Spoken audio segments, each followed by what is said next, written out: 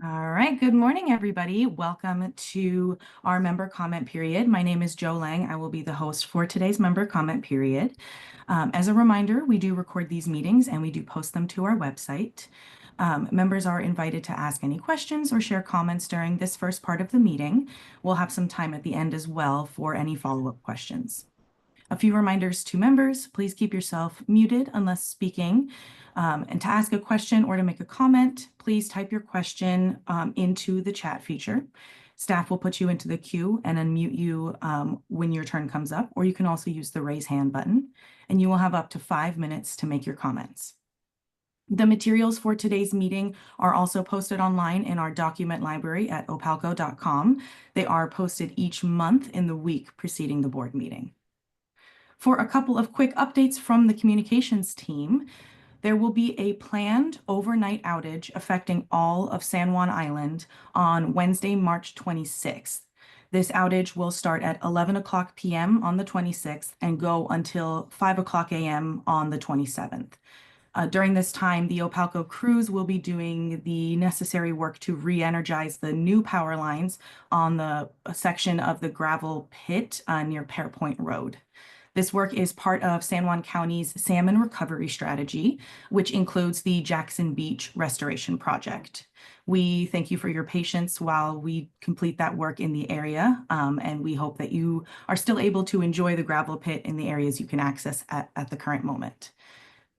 On March 5th, Opalco will also be hosting a candidate forum via Zoom from 5 to 6 o'clock p.m. This is a great opportunity to get to know the candidates for this year's board election and prepare to vote. Voting also opens on March 5th. Ballots will arrive via email and mail. You can register for the candidate forum on our website by visiting www.opalco.com/events. You can scroll down to find the candidate forum. When you open the description, the link to register is there in the description. We hope to see you there. We've also had some really great community events and outreach this past month. On the week of January 21st, we hosted 3 in-person Tidal Town Hall events on San Juan, Orcas, and Lopez Islands, with over 150 members in attendance. We've received and recorded all comments that were received during those 3 town hall meetings, and those are all posted on our website on our Tidal quick facts sheet, which I can link in the chat here in a moment if anyone wants to view those comments. We also attended a county council meeting on February 10th to talk about the shrinking regional power supply. And Opalco is really looking forward to working together with the county to ensure that the essential service that Opalco provides remains reliable for our members and our community as a whole. We also hosted a virtual meeting with the Decatur community. This was to let residents know about the possibility of expanding the community solar site located on the island. All of these will be expanded upon later in the communications section if anyone is curious to hear more of the details. And then lastly, if you head over to our Facebook page, you can read a really great article about Pepper, who is Opalco's canine influencer, who appears on the back page of every Rural Light magazine. Opalco was actually recognized nationally by Pioneer Utility Resources, who are the co-op that create the Rural Light magazine with us. We are recognized for the creativity and originality of our Rural Light pieces, as we are one of the few co-ops nationally who use Rural Light that creates original content every month. So we're really excited about that. And if you want to check that article out, it is reposted on our Facebook page. At this time, I'd like to see if we have any member comments. Remember, you can post your comments in the chat or use the raise hand feature.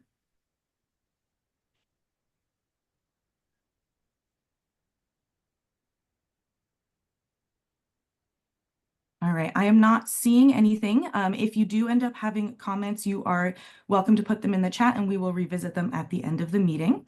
That's going to conclude our member comment period for today. Thank you for joining us, and I'm going to go ahead and open up to the rest of the meeting. Thank you, everyone. Great, thanks very much. Okay, welcome everybody. Board of Directors meeting February 20th, 2025. We've got a quorum involved, so we'll get started. First up on the agenda this morning is our consent agenda items. So I'll be looking for a motion to approve the items on the consent agenda. So moved. That's Mark. Is there a second? Second. Got it. Okay. All in favor? Aye. Aye. And are there any opposed or abstentions? And hearing none, that passes. Okay, Foster, turn it over to you.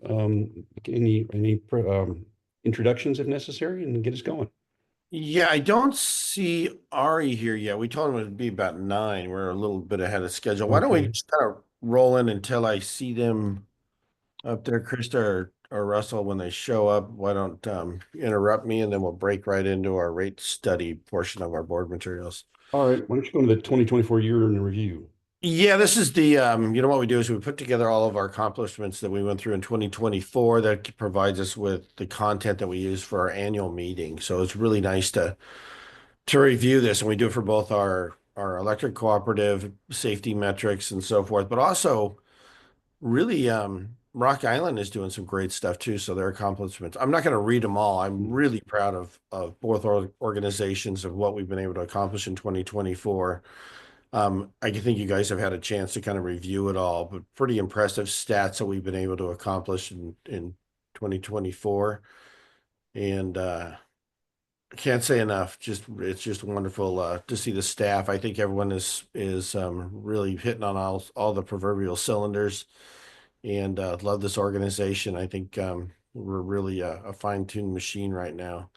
And I'd say the same thing about Rock Island. We got all those ARPA funds that we're rolling out, our communication efforts that I didn't even know if we were ever going to be able to reach some of those subscribers, and those connections are going to be very valuable too. So big shout out to both organizations for all their hard work, and it really shows up in everything we're doing. Super. Keep rolling then. General manager here. We're just going to go through the general manager report. And again, Krista, Russell, interrupt me when we get there. This is our standard information that we have that we go through. Our quick facts and our links. So just know that our dashboard information is really good. Work in progress. You can see our numbers. Safety, we had a little back injury a little bit ago, so we started it over a little bit, but our safety is top notch other than that one last incident. So we're starting to accumulate our current hours worked without an accident, which is 27,000. Our grant slowed down. I mean, it's a whole new world out there. We were pushing pretty hard on the grants for both federal and state. Now the federals are pretty much dried up. I've had many calls from a lot of the folks at DOE. I've had them for our RUS as well. And some of them have actually gotten waivers to, if they want to take buyouts or a little precarious nature on whether they're employed. So it's really been hard for a lot of folks on the federal level.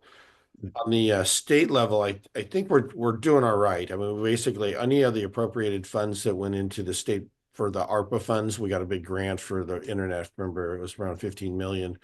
Those seem to be pretty solid right now, which is really good. We got a little bit nervous whether or not the federal government was going to try to claw back those funds that have already been appropriated over to the states. So those look pretty solid right now, and we're submitting all the expenses that we can on a pretty regular basis to make sure we don't lose out on any of that. But it's a big giant unknown out there, and it's going to be hard for us. We have, from the state of Washington, we still have all the mandates that are requiring us for carbon reduction, and we're in favor of that, except for now we just don't have the grant funding on the federal level to really accomplish a lot of those goals. And I think that's going to be the hardest thing for us to do.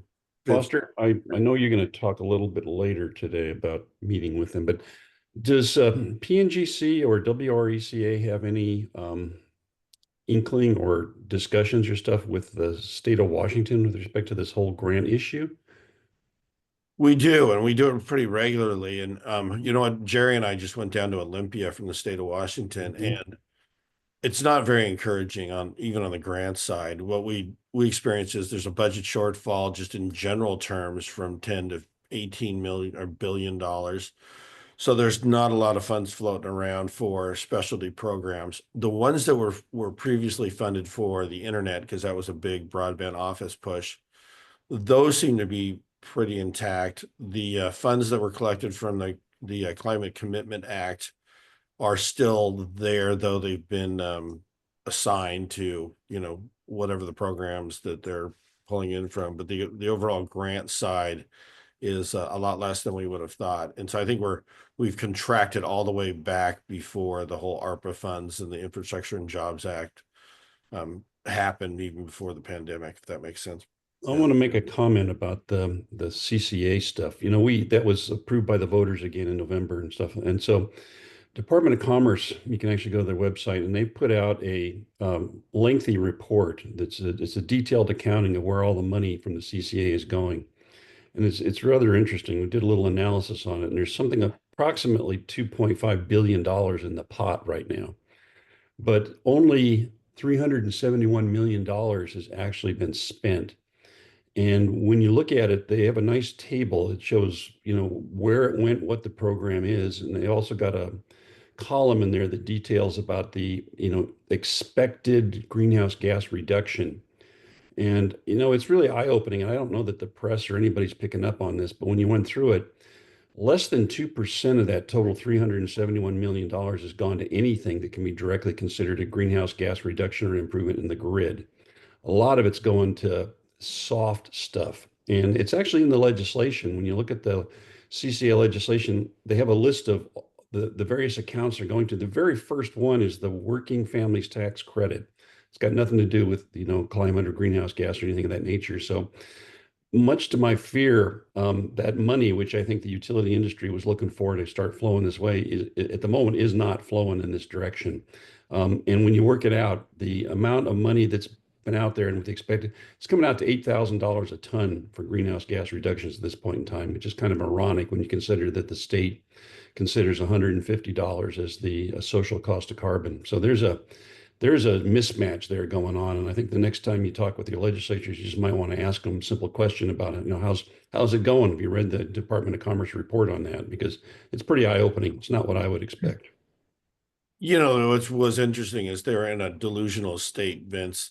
When we went down there, we pointed that out to a handful. I think they basically said, no, we're doing it according to the requirements that it, you know, have something to do with carbon reduction. But I think their definition of what carbon reduction is so loose that it's, you know, it's kind of open season on those funds. Yeah.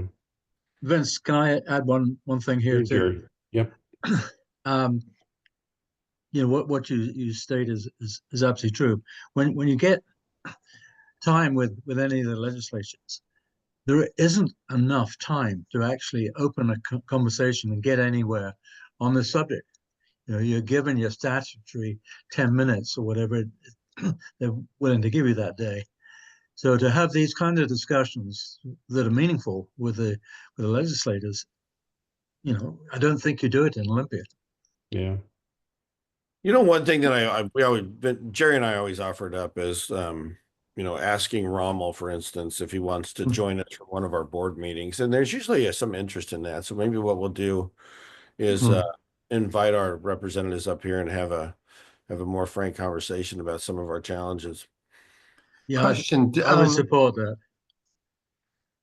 Any Go ahead, sense on the Clean Energy Fund 3 for the low income? Mm-hmm. Do we know that? Understand we have permitting issues, but do we know that money would still be available? That's a relatively small amount. There's a bill, I think it's like 1191 or something like that, that after all the work in Commerce doing their investigation and stuff like that, there's a bill proposed to do the low income stuff, and they are proposing to basically stick it to the utilities to pay for it. You know, it's not clear that they're going to provide any funding out of that. You know, in theory, some of it could come out of the CCA, but it's not clear in there. And the ironic thing, no matter how many times we pointed out, they're still going with the definition in the legislation, which is that energy means all non-transportation energy. So, you know, we're going to wind up having to fund purchases of wood and propane. And it's like you're trying to reduce greenhouse gas emissions, and yet now you're gonna pay for this stuff. So you know, I don't know how you get through the disconnect on this. I know that WRCA is front and center on that particular bill. Whether or not we can actually change the language and make sure that the funding of the CCA was the intended source for that funding and not the individual utilities. But once you start, either way is really interesting because you're not going to be able to turn off the spigot once you get that program in play. And that program for certain utilities is very dramatic. It's a big black box how they come up with a calculation, and we've been asking for clarity on that for a long period of time, and we just There's another detail. So we have our own program in place to do it. And the way the legislation reads is that all utilities, and this includes cooperatives, PUDs, and IOUs, you can opt out of the state program if you can demonstrate that 50% of the people eligible in your service territory are being served to the definition of the legislation. And by looking at the thing, like I think over 4,000 of our meters would be qualified for this thing. So we would have to verify that 2,000 of them are not paying more than 6% of the area median income for that. So you can ask yourself, so how are the utilities going to do this stuff? What process are you going to have to put in place to verify all this stuff? So it's kind of you can opt out of it, but to prove it to the state is going to be virtually impossible. So no matter what we've got, we're going to be stuck with the state program. I guess one little final thought is when you put a cap on that, like 6% of your income, that just doesn't encourage conservation going forward. You have to reach that cap. So, I mean, there's really some fundamental flaws in the overall crafting of that legislation. I know that's the purpose of why we're members of our statewide WRECA. Hopefully we can change the direction a little bit of that in some of the language. Okay. Any other questions? Good comments. Yep. Let's moving on. Yep. Well, we already talked about the overnight outage that we're going to be having. So here's our budget tracking. So we're beginning of the year. It's been pretty cold. I don't know how much of this particular chart is referencing that, but everything is going to be looking good. If anything, we've been pretty close to whatever our projections are. We don't necessarily want to be higher or lower. We want to be right on that budget number. So we're doing pretty well. And I know it's been a lot colder recently, so stay tuned in the next one you're going to see next month. Probably going to true it all up. Mm-hmm. Cost of power is probably going to be jumping up a little bit. If you can go, why don't you leave that table on? Thank you very much. So our expenses are again in line. Our operating margins pretty much in sync with what we need to be. And our net margin is in that same general area. Interesting to note whether or not the HDD follows suit. It's got a little bit higher. I think the next month's going to catch up because it's been a pretty good cold snap for us. It's a good way to start the year with the revenue for heating load. If you remember, we make most of our revenue in January, February, and then November, December. And in between that, it's not pretty standard stuff. It's really those cold snaps that really get our attention. Foster, did you get any wind out of BPA invoking a crack? I haven't seen any crack releases yet. By the way, BPA is a federal is the federal, through DOE. Yep. And they are in such disarray right now. It's shocking. I sat in on a meeting where they were talking about some of the staff members or the numbers weren't as large as I thought in terms of how many people were going to be furloughed. There's been people offered early retirements. I think the numbers started off at like 6, but a lot of them had to do with early retirements and people that were on like new hires were cut and so forth. But there's a lot of kind of emotional discussions going on at Bonneville, and it's really hard to get any forward progress out of the discussions. We're trying to really kick off that new submarine cable topic that we have coming our way, and it's been a challenge to say the least. Okay. Stay tuned. It was a good comment. I think, Brian, you made it that that BPA is funded entirely by all of the utilities that they serve, and this is not a cost to the federal government. That's totally self-supporting, and I think we need to bear that in mind and keep reiterating that whole thing, because cutting back BPA doesn't save the federal government any money at all, but it will disrupt the lives of many people in the Northwest here, likely in the next few years. Mm-hmm. I think the region has been doing a really good job on that too, Jerry. There's a lot of public power council stuff, PPC, and communicating all the way back to DOE the importance of our reliable energy and pointing out the fact that we're one of the only utilities out there that pays for those costs. So well said. Good. Well, we need to keep reiterating that. Yep, absolutely. Heating degree days. Here's our chart. Here we go. We're kind of bridging the year, so we're just kind of starting this one. So this is like the January area. So I'd anticipate that to go up a little bit higher as we get more information out of NOAA. Well, we're in that, certainly in that La Nina period where we're getting colder weather than normal. And I think we're all experiencing that. I do want to make an observation. I think everyone has seen it. We had some really sunny days and there was no wind. You know, what we talk a lot about it is, you know, you don't see a lot of wind production when there's an inversion, whether it's a cold or a hot inversion. We're getting a below normal inversion. You get nice clear days, not much wind. Really interesting, but those wind numbers really drive down to zero during these events. Mhm. Let's keep going.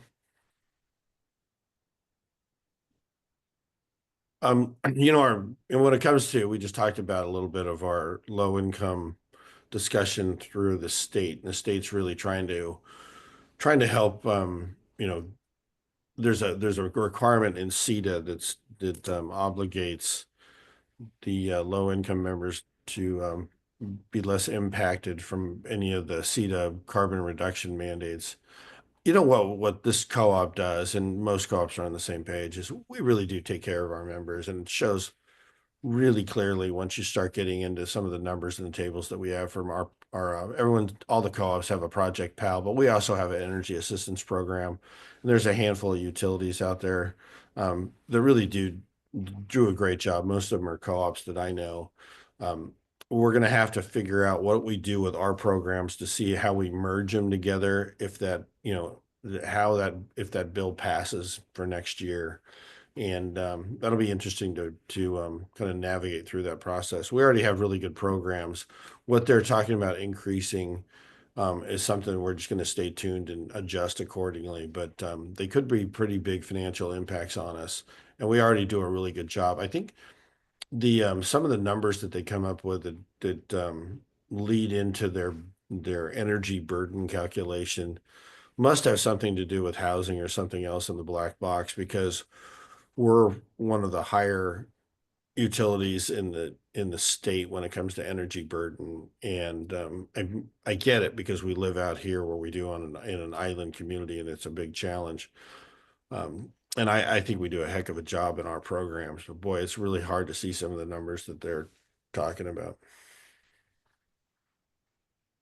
Let's keep going.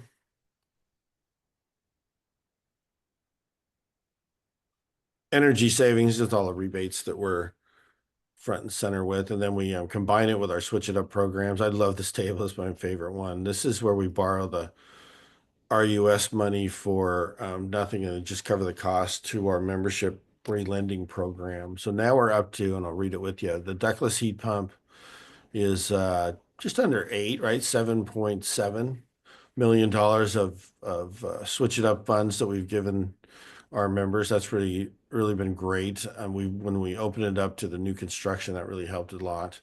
And then I always love to compare that with the solar and the solar storage, and that's above 8 million right now. So that's those are pretty good numbers, encouraging our members to put rooftop solar on their homes as well. And the Switch It Up funds have been really well received. We're up to a little over 20 million now that we've relent. So that's pretty impressive. Do we know if there's any risk for the REST program in DC? Right now, we don't see any hiccups on the REST program. You know, RUS is really unique that way, Brian. It's the only program that returns the money back to the federal government from USDA, right? So that we're the ones that actually borrow funds, and then we return the funds with the interest covered, and that's pretty unique. You know, you have both of our Bonneville, we end up paying the cost of whatever the cost of service are for our energy use, and our RUS program actually funds it and returns the money with an interest rate. So I hope that that keeps us out of the fray. And that's a lot of the discussion that's going on with NRECA, our organization in DC, of letting them know how important these programs are, and they're essential to keep the power on. I think Jim Matheson from NRECA is doing a really good job pointing those uniquenesses out and working with the current administration of the importance of these programs. So I hope we dodge it. You never know. I mean, it's so unknown, when it comes to US, RUS and USDA and the current administration. Can you remind us how we pull down a tranche of the RESP funds in what kind of blocks? So we've been accelerating our blocks. What we used to do Yeah. is lend out probably like, $1 million. Then what we do is we submit the funds to RUS, then they pay us back for those. Mhm. I think we've been going less than 500,000 submittals. Yeah. And what we've been doing recently, ever since the administration, fiascos that are going on, we're actually submitting them more regularly. Now if we get above 200,000, we're making submittals. Okay, good. Thanks for asking that question, Mark. Yeah. Next page. Solar programs. We have 842 solar arrays. Our community solar program for Decatur. Here are our stats. Remember, we have a area on our website that shows all the generation that goes forward. It's a great little area to look at. Solar benefits to our members. You can kind of see where we're doing supporting our solar members and our community solar. I'll give you a quick update on the Baylor Hill. We put a hold to just because of the permitting for our second phase, our community solar. We're trying to figure out other locations that we could get a hold of those low income solar grants. So we're still active and trying to find sites for that. We've been having some good conversations with the county. They own a public works yard property over on Decatur right next to us. And if we could figure out a way to use that, over a lease period, that's what we're fishing for right now. Hopefully we could do that. It's going to be a tough timeline for us either way. If we could get use of the site that they're talking about, just enough to do the low income solar portion. And we have to get it completed by year end in order to satisfy the schedule of the grant. And we're getting pretty tight already. So we got the pedal to the metal working with the county, and they've been actually really helpful trying to figure out how we could just get that low income grant aspect going. That's through the Washington Department of Commerce. So that one's still something that we should be able to get a hold of if we could meet those schedule requirements. So communications, Title Town Hall. So we had a good recap from Joe. We had a great experience on the title side. I don't know if there's any questions that you guys want to raise, but it was a pretty good, we went through all the all three ferry served islands, Shaw. Great discussions. Everyone had a different feel to it. It was really interesting to hear what the members have to say about the title. In general, I think there's people thought we were actually submitting more of a permit. And I think once they got to know that we were doing the investigation portion and had a grant to do so, I think their ears were opening, and we're kind of excited to see some of the results. There was some people that were concerned environmentally, as we are too. And as we get forward with the pilot, we'll come to conclusion on some of those aspects as well. We still need to make sure that it's environmentally sensitive and satisfies our requirements, as well as financially, whether it makes sense financially for us to get in the title generation business. But stay tuned on that. We'll have more information on that coming up this spring. The hot seat, the election that's coming up. We have the 3 seats. They're uncontested at this stage. So we're still going to have to get a quorum, which requires us to have 10% of the voting members to vote. So we still got to get the vote out. We got to get the word out. I think that if you guys, I think our candidate forum saved the date 3/5, so March 5th. We have that. There was also some interest previously, and let me know if you guys have an interest in doing a CNL2 video review with Jeff. I can't remember his last name, Nodell. Jeff Nodell. Nadel. Yeah. Nodell. Anyway, if you guys have an interest on getting on his calendar, that's something that we had a discussion with Jeff about. Vince and I met with him yesterday, and we did a good little broad video and gave him the thought that maybe our board wants to do something very similar to that. So it could be fun. So stay tuned for our annual meeting. There's our all the election stuff that we've been doing for getting the word out for advertisements and so forth.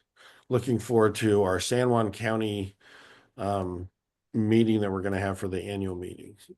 Vince and I also had a conversation similar to what we did with CNL2 and Jeff Nodell over at San Juan County. It's up one. Right there's the start of it on the 10th. That was a good discussion.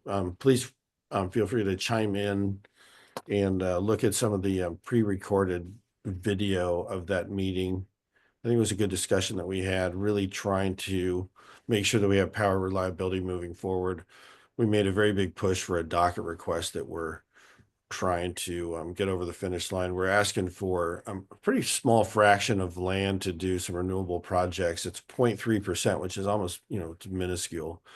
It turns out to be 540 acres of 175,000 acres. So it's very doable.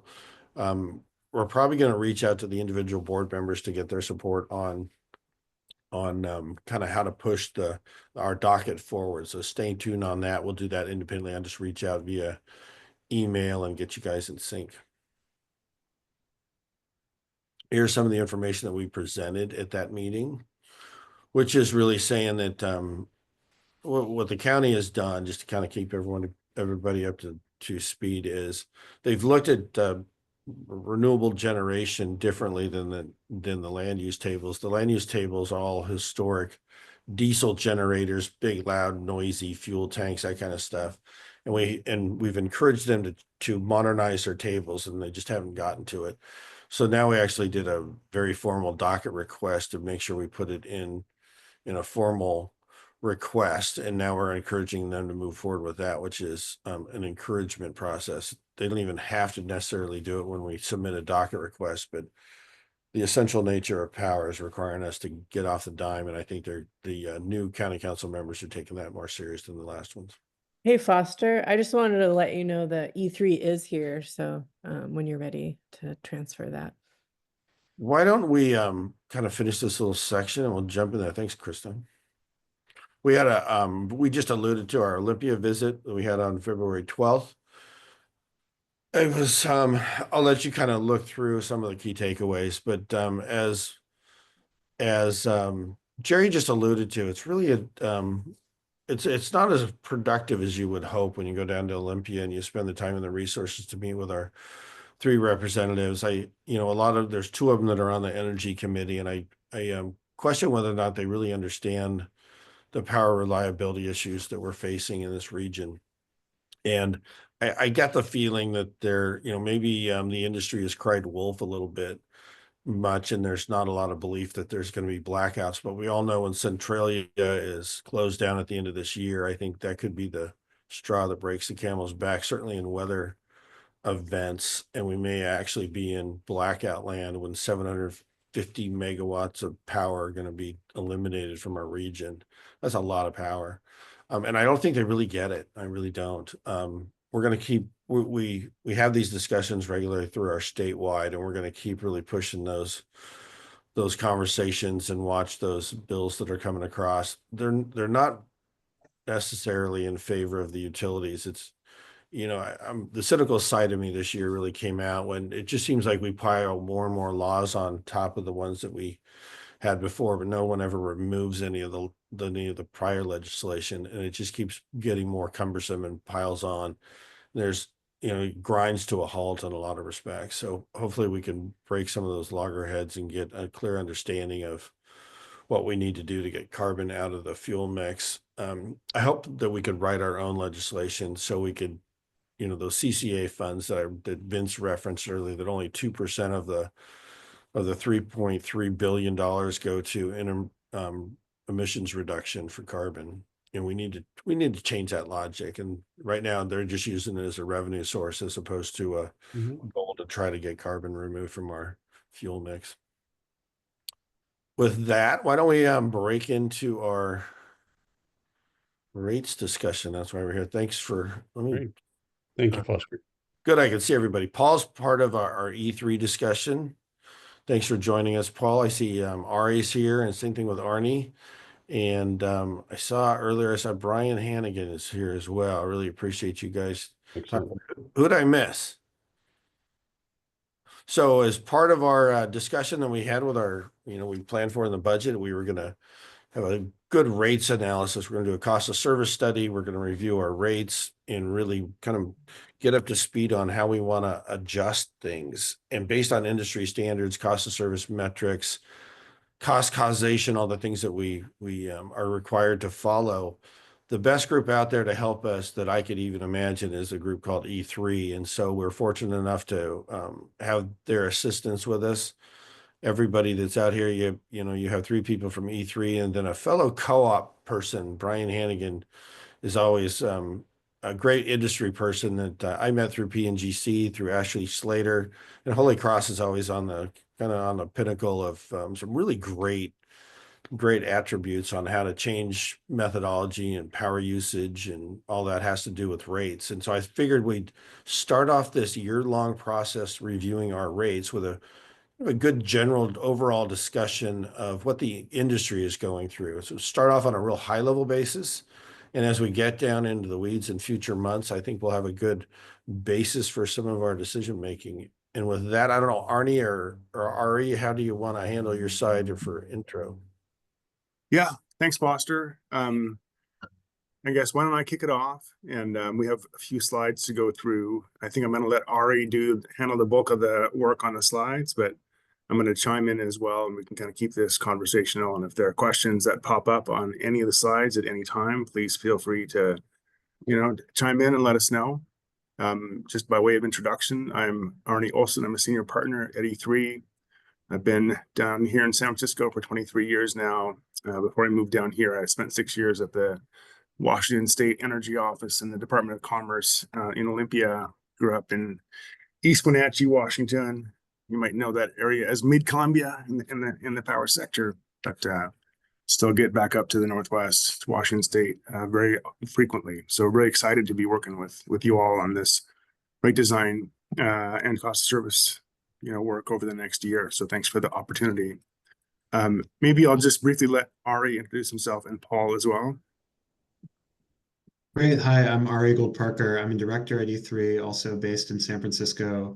I've done a lot of work on retail rate design, working with a number of different utilities as well as public service commissions in California, Massachusetts, and recently supported a group of utilities in Washington State in an evaluation of the state's net energy metering program that some of you might be familiar with. Yeah. And I'll pass it to Paul. Hi, everyone. I'm Paul Pichano. I'm a managing consultant with E3 based in Seattle. And like Ari and Arnie, I've worked on a lot of rate design and affordability work, including that Washington NEM project Ari just mentioned, but very excited to be working with you all over the coming months. So why don't we go to the next slide? Whoever's controlling, thank you in advance. Just a little bit of background about E3. There's about 130 of us. We started in San Francisco in the early 90s, mostly looking at DER and rates type of work. We really have expanded to transmission, and I lead our integrated system planning practice. So you might know some of my work around decarbonization scenarios for the Pacific Northwest. And I do a lot of work on resource adequacy as well. So led the study in the Northwest for multiple public and private utilities that led to the formation of the Western Resource Adequacy Program. But we also have a very active rates practice. Already mentioned the Washington Net Energy Metering Study.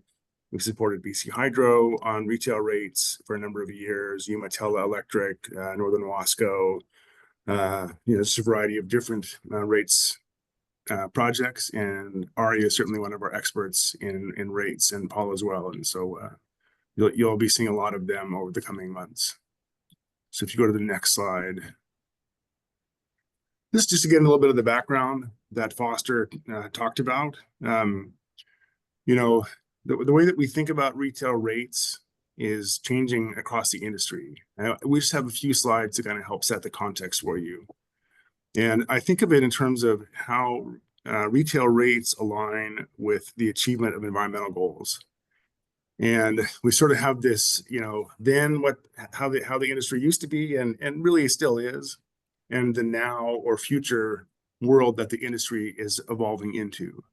So, historically, largely, the costs that have been avoided by customer actions, whether that's conservation, self-owned, behind-the-meter generation, et cetera. The utilities costs are largely fuel.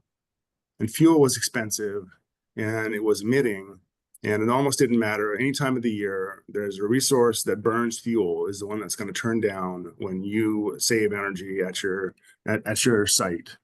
And so there was really a lot of alignment between just conservation, using less energy and less emissions, reducing the fixed costs, the costs that utilities avoid in terms of energy infrastructure, building fewer power plants, et cetera. But really just using less was a way to achieve our environmental goals. And so you saw a lot of focus, especially from maybe more of the environmental stakeholders, on on high marginal rates that just can help achieve conservation. And really any time of the year. So time differentiated wasn't as important then. And so we saw things like inclining block rates introduced, which in effect, gives you a certain amount of baseline power at a low cost.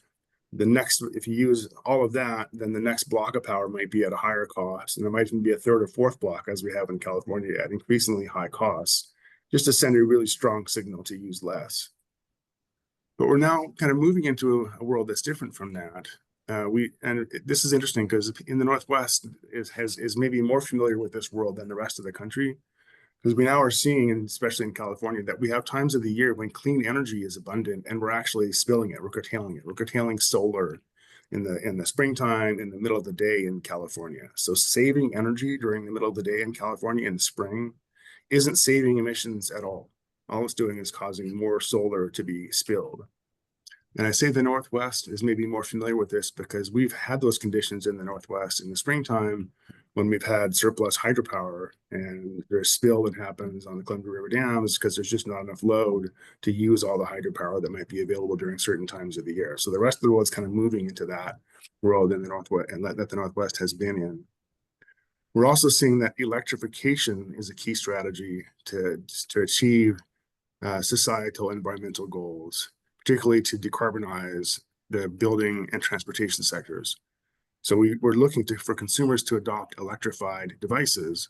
So we now need to be very careful and thoughtful about the rates that we charge them for their electricity that they're going to use with these new consumer devices that we need them to adopt. And we're seeing that these high volumetric rates, especially with the really high tail blocks, inclining blocks, really are holding us back from achieving those goals. They're now at odds with our environmental goals. And we're really right in the thick of this in California now because we have these really high rates. They're really high with tail blocks that make them even more expensive, and people aren't adopting heat pumps at the rate that we need them to. So it's a real challenge that we're facing. So if you go to the next slide. Similarly, just with respect to just dollars and costs, and traditionally we've avoided high fuel costs when we reduce energy consumption.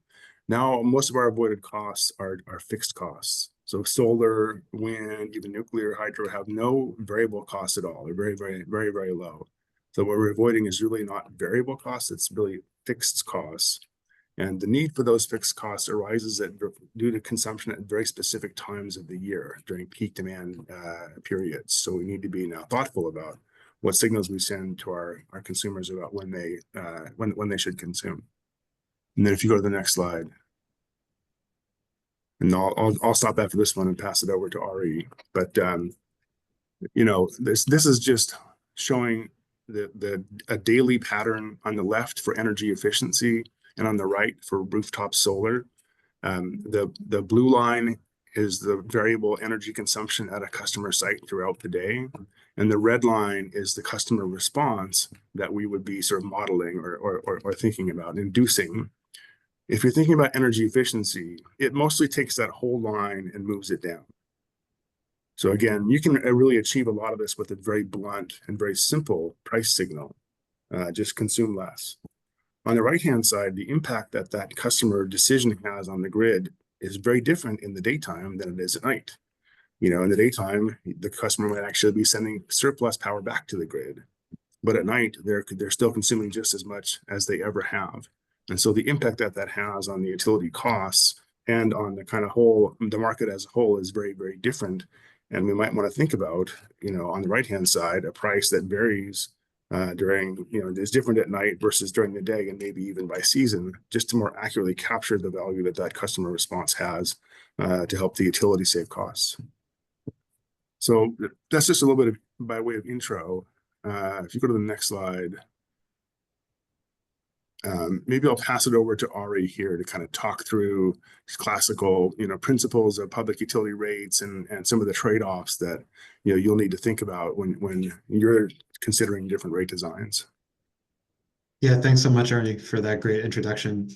So a really interesting feature of rate design is the extent to which it involves trade-offs among a number of different objectives that are often in competition with one another.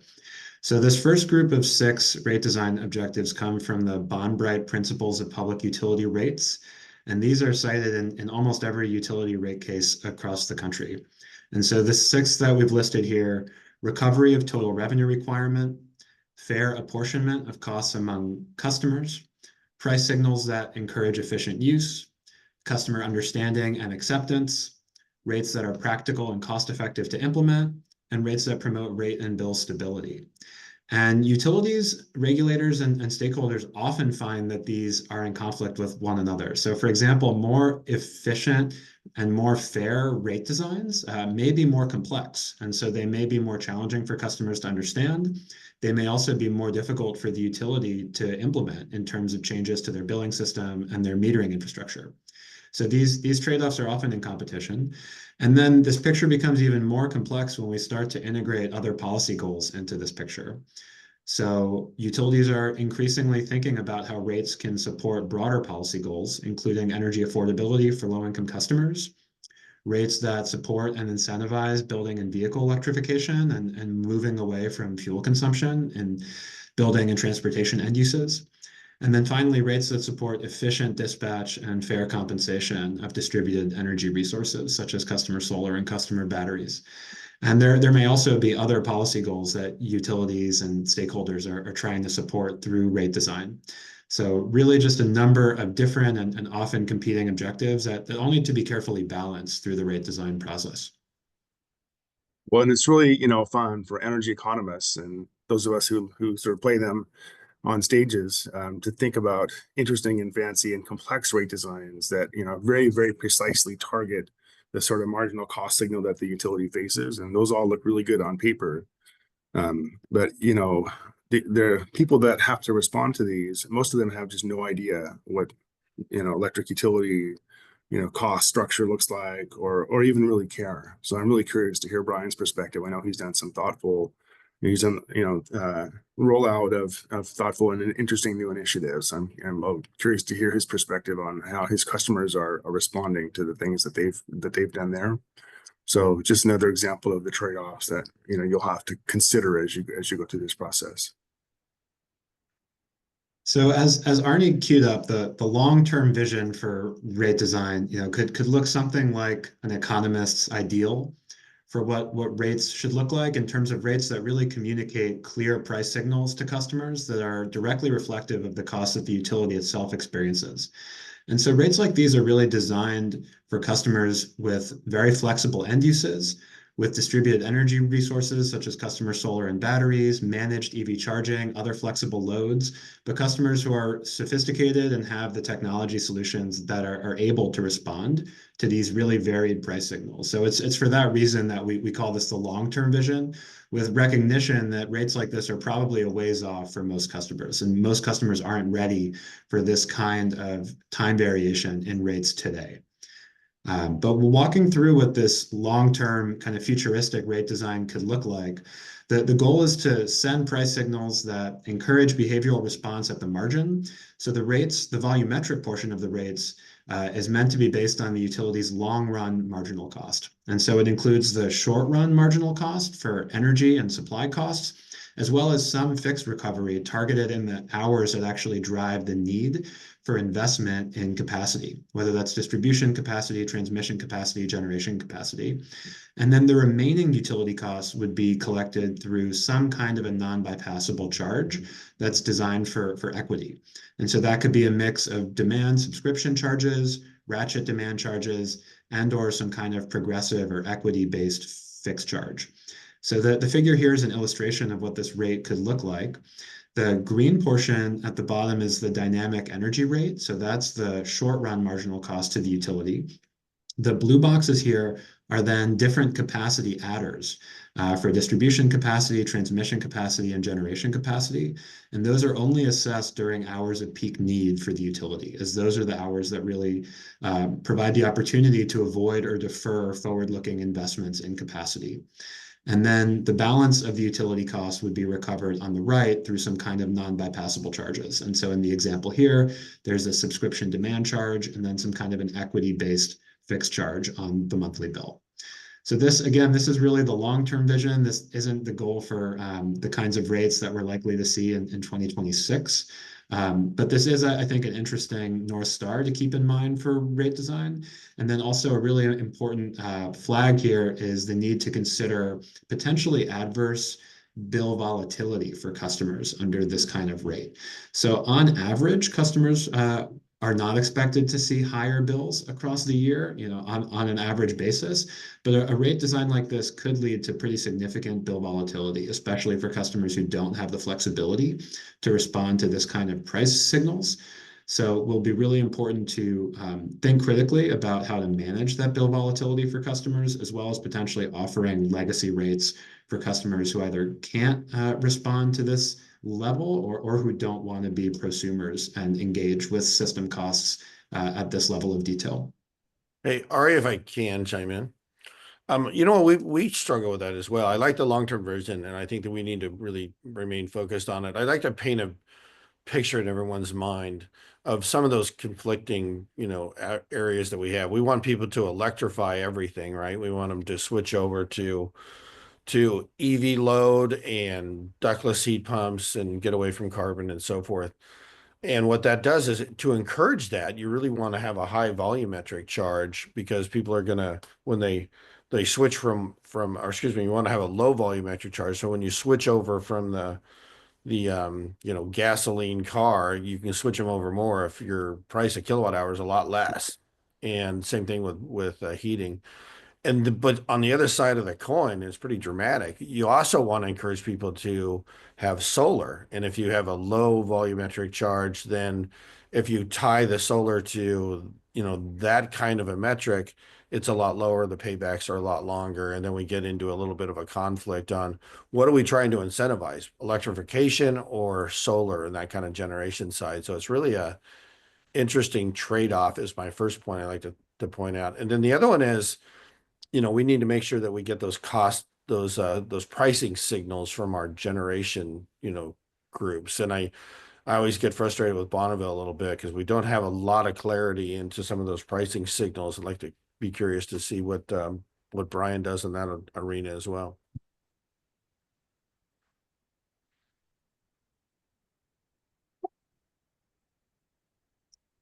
I have a question.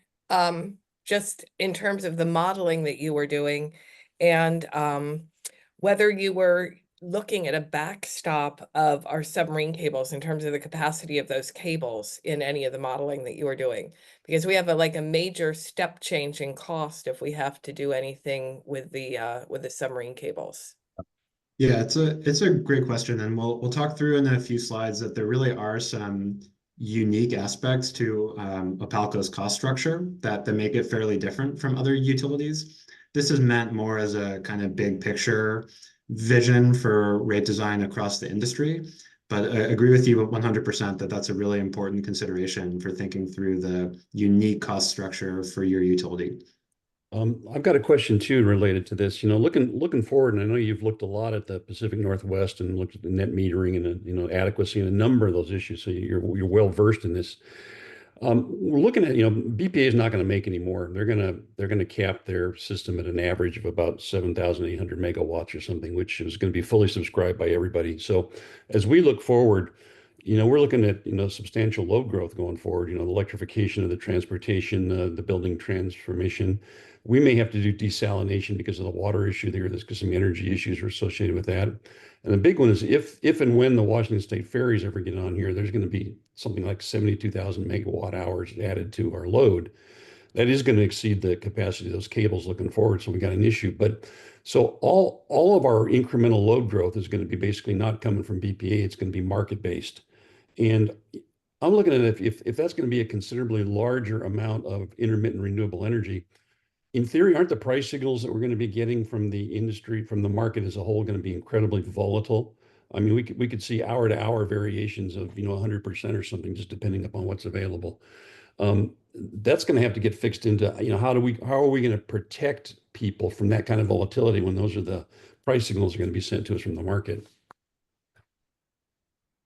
Yeah, I mean, all those are really excellent points. You can look at what's been happening in California. We're seeing sometimes, again, spilling solar in the middle of the day. So negative pricing in the wholesale market all the way down to maybe negative $70 a megawatt hour because you're willing to pay someone to take your power if you can get the REC and the production tax credit. At the same time, in the evening, once the sun goes down, they have to turn on a bunch of gas plants to help serve the load, which is high after dark. The prices can go up to $100 a megawatt hour or even higher. So you're absolutely right. We are expecting we're also building a bunch of batteries in California. So that is now over the last couple of years helping to mitigate that effect a little bit. So it's complex. But yes, we do expect sort of more periods of high prices, more periods of very low prices, and fewer periods in between when it's just a gas plant on the margin and you can calculate the power price by taking the gas price times your heat rate. So those are real costs that the utility will face. So on the one hand, the more you can get consumers to help do something to help you mitigate those costs, the more beneficial it is to you. And if you can use rates to help with that helps you. On the other hand, the volatility that I already mentioned, as you said, Vince, is only going to get worse. And so the consumer, protection and understandability of the rate now starts to become more of a consideration. And so again, those are the trade-offs that Ari was referring to. Yeah, thank you. Yeah, so I think this long-term picture is really helpful to keep in mind. But the questions that we're really focused on in this study with Opalco are more about the utility's near-term needs. So we're looking at these three specific questions as the focus for our study while trying to keep this longer-term picture in mind. The three needs we've identified through working with Foster and his team are first, ensuring that all customers fairly contribute to the fixed costs of the grid. We know a really significant share of the utilities costs are fixed in part because of the large investment in the transmission lines. And so we want to make sure all customers are contributing fairly to those costs. And that includes seasonal customers, rooftop solar owners, all different utility customers. The second goal here is to support the financial health of the utility, including during warm winters when electricity sales are low. So we understand that a warm year can be a financial challenge for the utility due to a collection of significantly lower revenues than are anticipated on average. And then the final consideration here that we want to keep in mind is supporting and maintaining energy affordability for low-income customers. And so next, I want to flag a handful of interesting characteristics of Opalco that we've identified through our conversations with Foster and team. And some of these are really fairly unique to the utility relative to other jurisdictions where we've worked. So walking through these one by one, the first is, at least to date, fairly low-cost power supply from Bonneville. So relative to some other utilities, the variable supply costs for Opalco are a fairly small share of total costs because of the preference power coming from BPA. And then conversely, the costly transmission cables among the islands lead to relatively high fixed delivery costs. So these delivery costs being a relatively large share of costs. So as far as utility cost structure goes, we're seeing a larger share of fixed costs and a smaller share of variable costs than some other utilities might experience. Another interesting characteristic is relatively poor solar resource quality, yet actually very high rooftop solar adoption. Although there may be a lower capacity factor than in some other regions where we've worked, there is sort of a very high level of interest and adoption in customer solar in your service territory. And then a couple more really interesting factors.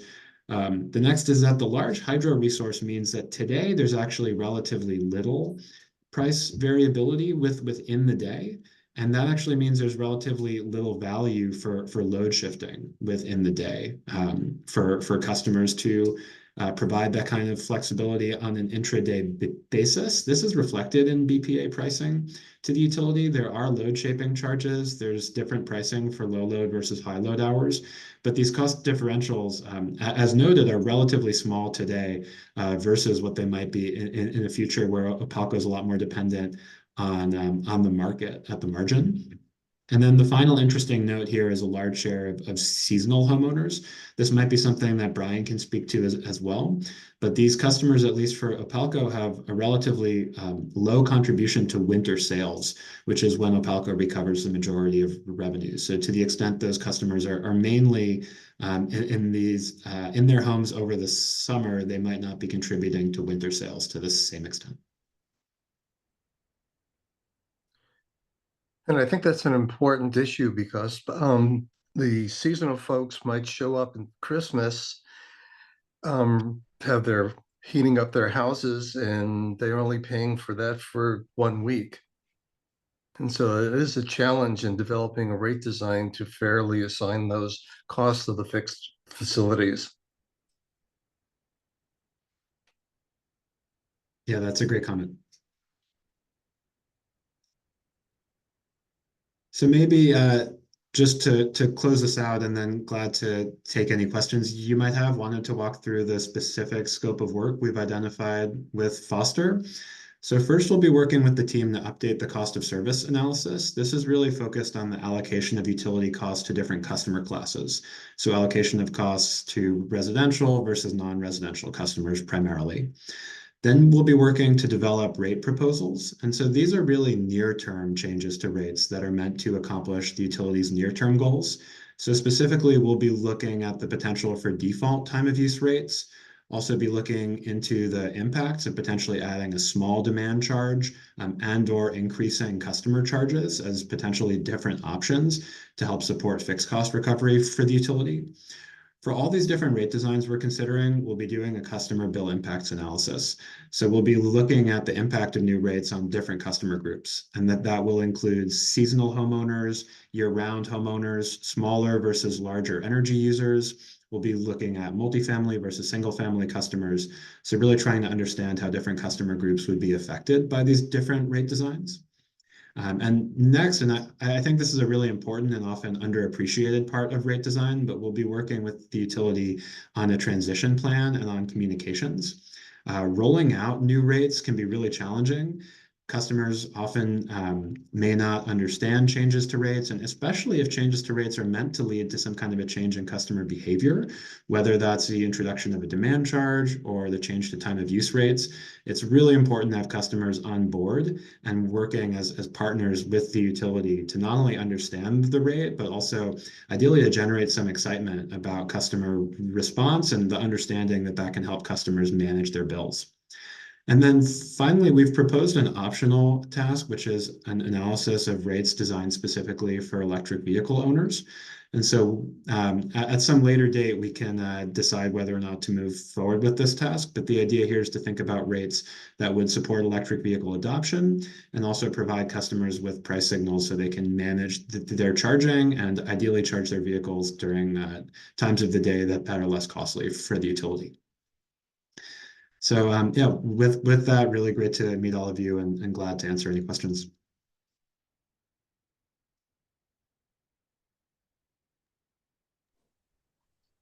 Yeah, I've got one comment too on this analysis. by the time you're working through this and finish it up, the legislative session in Olympia is going to be finished up, I think, around April timeframe. And there's a number of bills in there which have got potentially significant impact.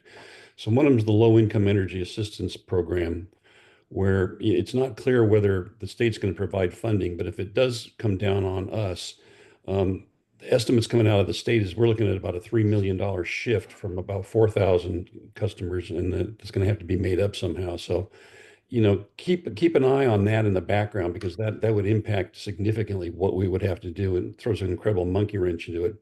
There's another bill which, and I think Brian may have something comments about what that's going to do. They're going to try to encourage home battery usage. And they're going to provide a credit, to each adopter, and it may be income differentiated also. But a quick economic analysis of that indicates the amount of money that they're thinking about putting out here is by no means going to cover the cost of that. And I think they're looking at an equivalent of net metering on that, which is some sort of state mandated rate for the power that they may export. So in other words, almost thinking about an individual user with a power purchase agreement. And I don't know what that's going to look like, but I think, those are the kind of the black swan events that we have to consider going forward also. Yeah, thanks for all that detail. That's really helpful, and we'll be sure to track these bills. Yeah, I can, I've got a little email with all the ones that are in it. I can send that to Foster and forward it to you. Great.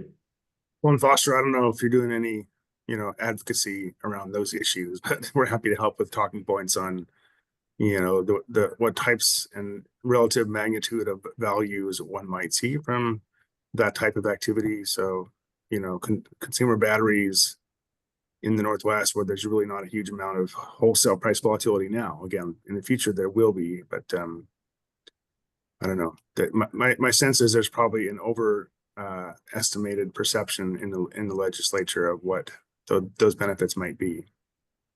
Thanks for that. In fact, I may reach out to you. I know that there's always one or two solar bills that are contemplated that really have some cost shifts that are associated with them too. So thanks for that, Ernie. And I think that batteries are going to have a couple of parts of our future. First of all, for energy in the long term, as well as dealing with the winter peak. And so something that we really need to be thinking about looking forward. And an important piece is that our cables to the mainland probably are going to be within the next 5 to 10 years. If one of those cables is out of service, we will not be able to meet our peak loads. Mm-hmm. So batteries may be a part to take care of that, and it affects a variety of things in how we use our system and what can our members do. I think that's been part of our discussion too, Brian, is we've been talking about time of use and time of generation, and getting into, how much do you credit people for use of those facilities? So if they have batteries in their homes, or, how would we incorporate payment credits to those individual bills is something that we need to look to. And I look forward to doing that in the future. And I think Brian's doing a little bit of that, Brian Hannigan over at Holy Cross, and looking forward to hearing from him what they're navigating through. Yeah, I was curious about that too, separate from utility scale storage, just how the E3 team is seeing, DER dispatchable storage at a residential level. I mean, the prices have dropped, the availability has increased. That's getting easier and easier to do. And are you seeing enough adoption of that to move the needle? And then is there a rate case kind of strategy for that to leverage homeowners' battery capability? And Brian, you want to chime in at all? Yeah, and good morning, directors, staff, and visitors. Thank you, Foster, for allowing me to sit in. It's always great to see another board and another CEO at work. You learn a little something, and I'm really impressed with the level of conversation and the performance of the co-op. So it's great to learn from you. I'll say more about what we're doing with DERs at Holy Cross in a minute, but I want to call out, we actually brought Arnie and Ari and the team in a couple years ago when we were looking at our rate structure, particularly around this question of DERs. And I view them as an important part of helping to mitigate some of the price volatility that was described earlier around wholesale markets. You know, we're not in a wholesale market, but we have a portfolio of market exposed assets. And we very much look at our consumers and their distributed resources, both solar and storage, but also flexible loads from things like heat pumps, to really help us manage demand to the available supply at the price that we want to pay for it, as much as we might manage the dispatch of our supply assets. And like you, our grid topology is dependent on some pretty key interconnections to the bulk power system. Our transmission lines are one way up a high mountain valley, so it's not quite a subsea cable, but it's kind of like it. And so when we think through the lens of energy resilience, and for us, wildfires being a big risk, we want to have as much customer-sided generation in our communities as possible that we can rely on in the event that our transmission system isn't available. So I'll give you some more specifics on our experience here in a little while, but just a sneak preview there. Great. Thanks, Brian. I also know that we wish we had some of the sun you guys have out there in Colorado. I don't know. You look outside behind me. This is completely optical because if I look the other way, I see a snowstorm coming in. So I'm just wondering, and you mentioned the challenge we have with the seasonal homeowners, whether you had come up with any sort of innovations in rate structures in order to address that. Because really, if you look at it right now, our year-round residents and our low-income residents are actually financially supporting these much higher income seasonal residents. And I didn't know if you'd come up with some type of demand charge that maybe was structured in such a way that it could help to burden these seasonal. Yeah, it's a great question, and I think that the key here is to shift cost recovery out of the volumetric rate and into some charge that's harder to bypass. And a non-bypassable charge could be designed a number of different ways. The simplest option is a larger customer charge, but that can have adverse impacts on smaller users, like multifamily customers, for example. Something potentially in between a customer charge and a demand charge would be trying to get at a size-based charge through some other means, like sizing the charge based on the customer's panel or service size. And then finally, there's a range of different demand charge designs that are meant to reflect customer size and to be somewhat non-bypassable, such as a ratchet demand charge, where the demand charge level is assessed based on the customer's highest usage over the past so many months. So that would get at the example that Brian provided, where the customers do come over Christmas, use their space heating for a week, and then not really contribute much sales the rest of the winter. A ratchet demand charge would assess their winter demand based on that week that they are there, and then would charge them for that level of demand throughout the winter. Those demand charges can also be challenging for residential customers because they can wind up being somewhat punitive. If a customer accidentally, runs their toaster and microwave and at the same time as their space heating. So there's certainly trade-offs to each of these options, but yeah, we're excited to consider a number of these different designs. I've noticed that more utilities now are putting demand charges for residential, which didn't happen just 10 years ago. So it'll be interesting to hear. In fact, I'd like to hear from the other Brian if they are taking a look at that. I think right now about 4 co-ops in our region now have residential demand charges.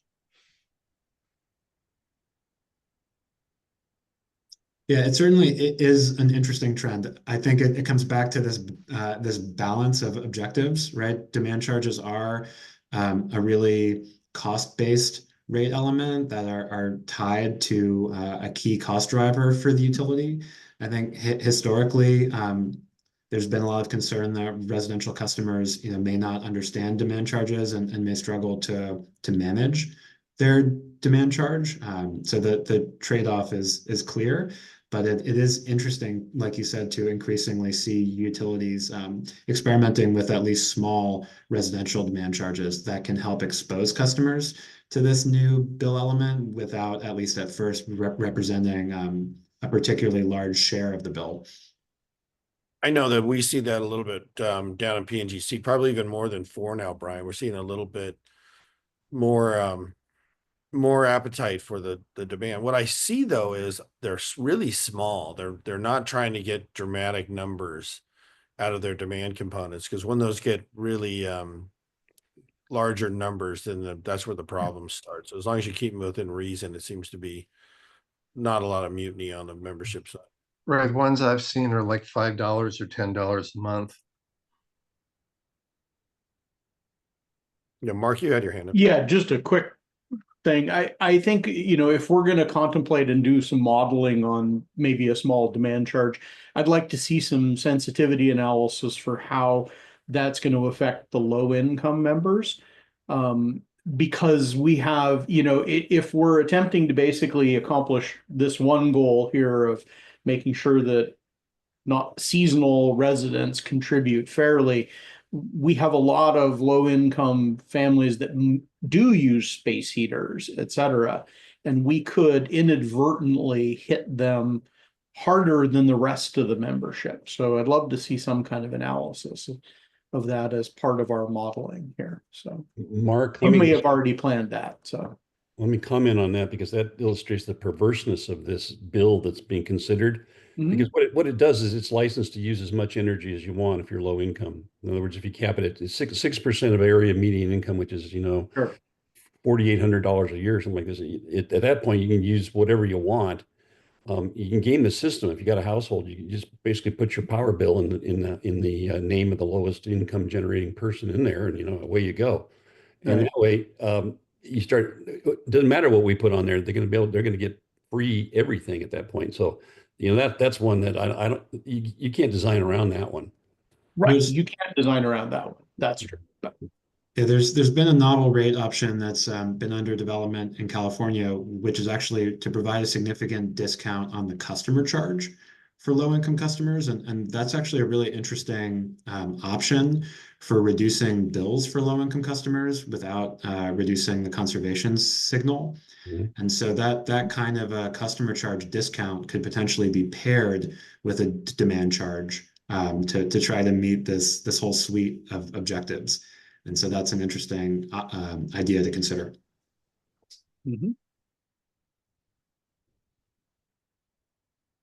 Gary. So if I could ask a general question here of E3, load growth.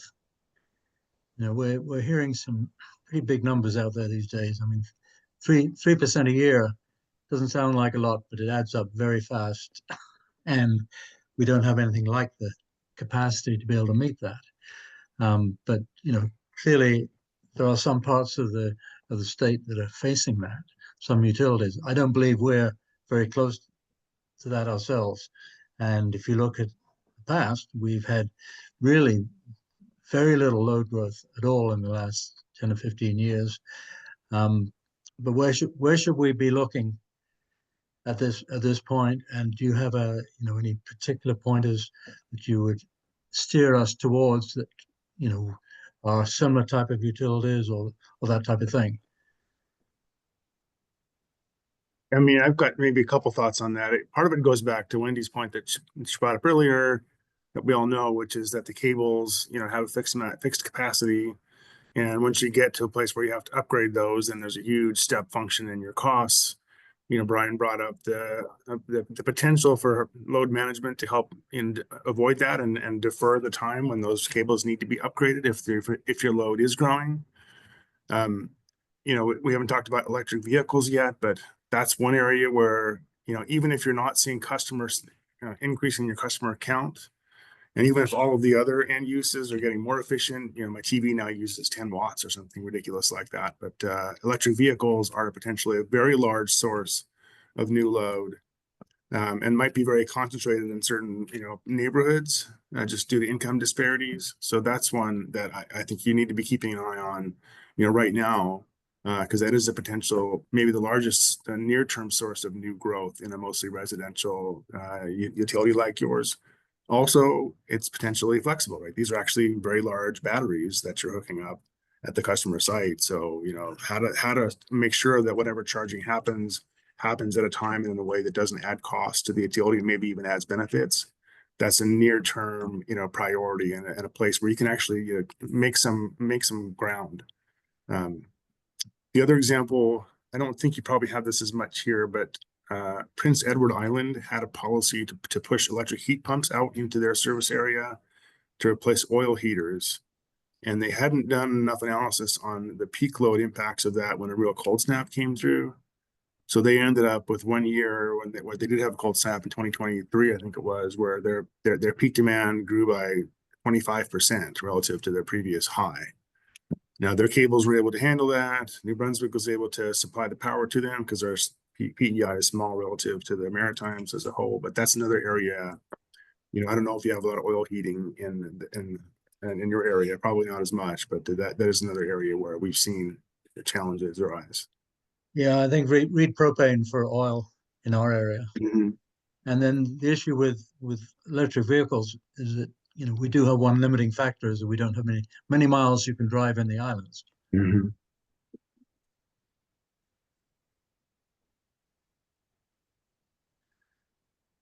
So yeah, in your analysis, we would very much like some guidance as to the type of growth rate you think that is appropriate for us to consider going forward. Yeah, we've had a lot of conversations about, you know, those trade-offs, and that's going to be really important for us. I mean, I highlighted the one that was pretty easy to point to. It's like, you know, do we want to encourage solar versus EV adoption, those kind of things? And I think we're going to have a lot of comparables with those types of users within our membership to work through. I think we're going to have some pretty good stats, but at the end of the day, we got some hard decisions that are going to be coming our way. Yeah. And we've done a great job in getting people to put in heat pumps here and to switch from gas and wood for some people. And I think one of the challenges is we need to help people understand how to use their heat pumps to do that efficiently. I think a lot of people still shut it off at night, and then at 6 a.m. they turn them back on again, and we have a big hit for the next couple of hours. And so it would be good to have some information about what's the most efficient way for people to do that and to reduce the peaks on our system. And I haven't seen good analysis on that. What's the right strategy for people to operate their heat pumps? Because they're really done very well in getting people to switch to heat pumps here. We've done a couple of town halls on that, but you're right. We need to do more of those and educate everybody. We should take a look at whether, you know, what the adoption has been over time. You know, the thing about heat pumps, they're very efficient and they can actually reduce the electric draw relative to resistance during mild temperatures. But as soon as you get to, you know, past the point where, you know, the heat pump is undersized, then you're turning to resistance as a backup. And that was what hit PEI, that they had only seen for 5 years mild winters, but then all of a sudden they had a cold winter, and everybody that was used to be on oil was now on resistance. And that's why their peak spikes so much. And that kind of winter only happens every so often. So that's probably something we should keep in mind for your area as well. Yeah, there's no question that's going to hit us. We've already experienced some of those, Arnie. Well said.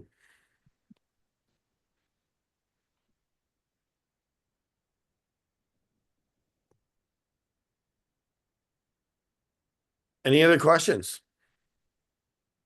We're really excited to work with you guys. Thanks for kind of a good little preliminary introduction. What we've been doing a lot of homework behind the scenes, downloading gobs of data to E3, making sure that we have kind of all the relevant data points that are in there. I want to remind everybody that, you know, our revenue projections are what they are, and our rate structure should be agnostic to collecting the exact same amount of revenue and not trying to give winners and losers. We're just trying to make sure that the causation, you know, attributes of our rate structure are hitting the right folks and the right billing components. So it's going to be a fun exercise going forward.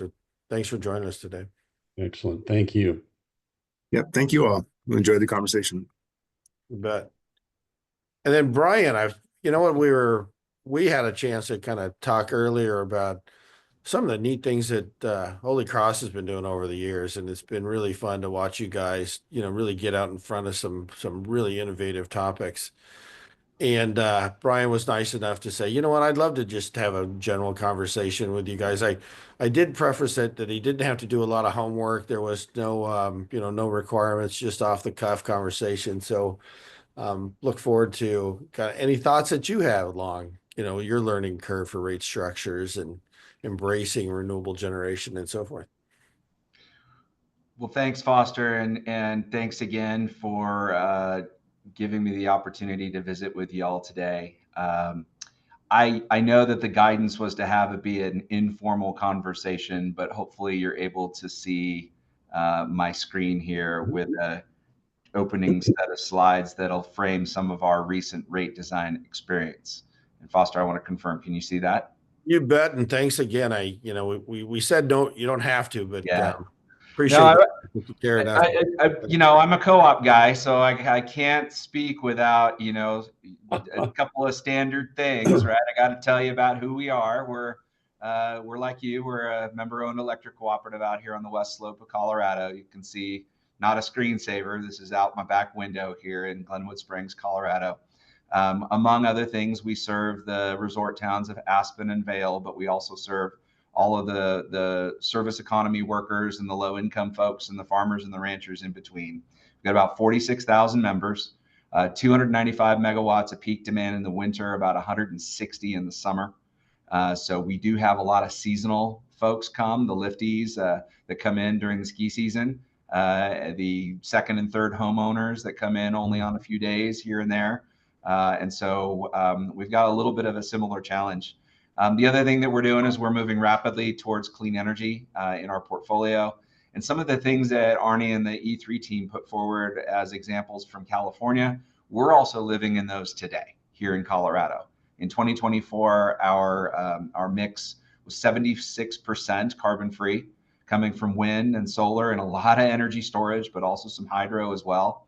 The rest of it coming from wholesale supply agreements with an investor-owned utility and an independent power producer, and some projects that are directly contracted to us through purchase power agreements. So we've got a really interesting portfolio, not unlike what I see a lot of co-ops in the Northwest working with PNGC to have.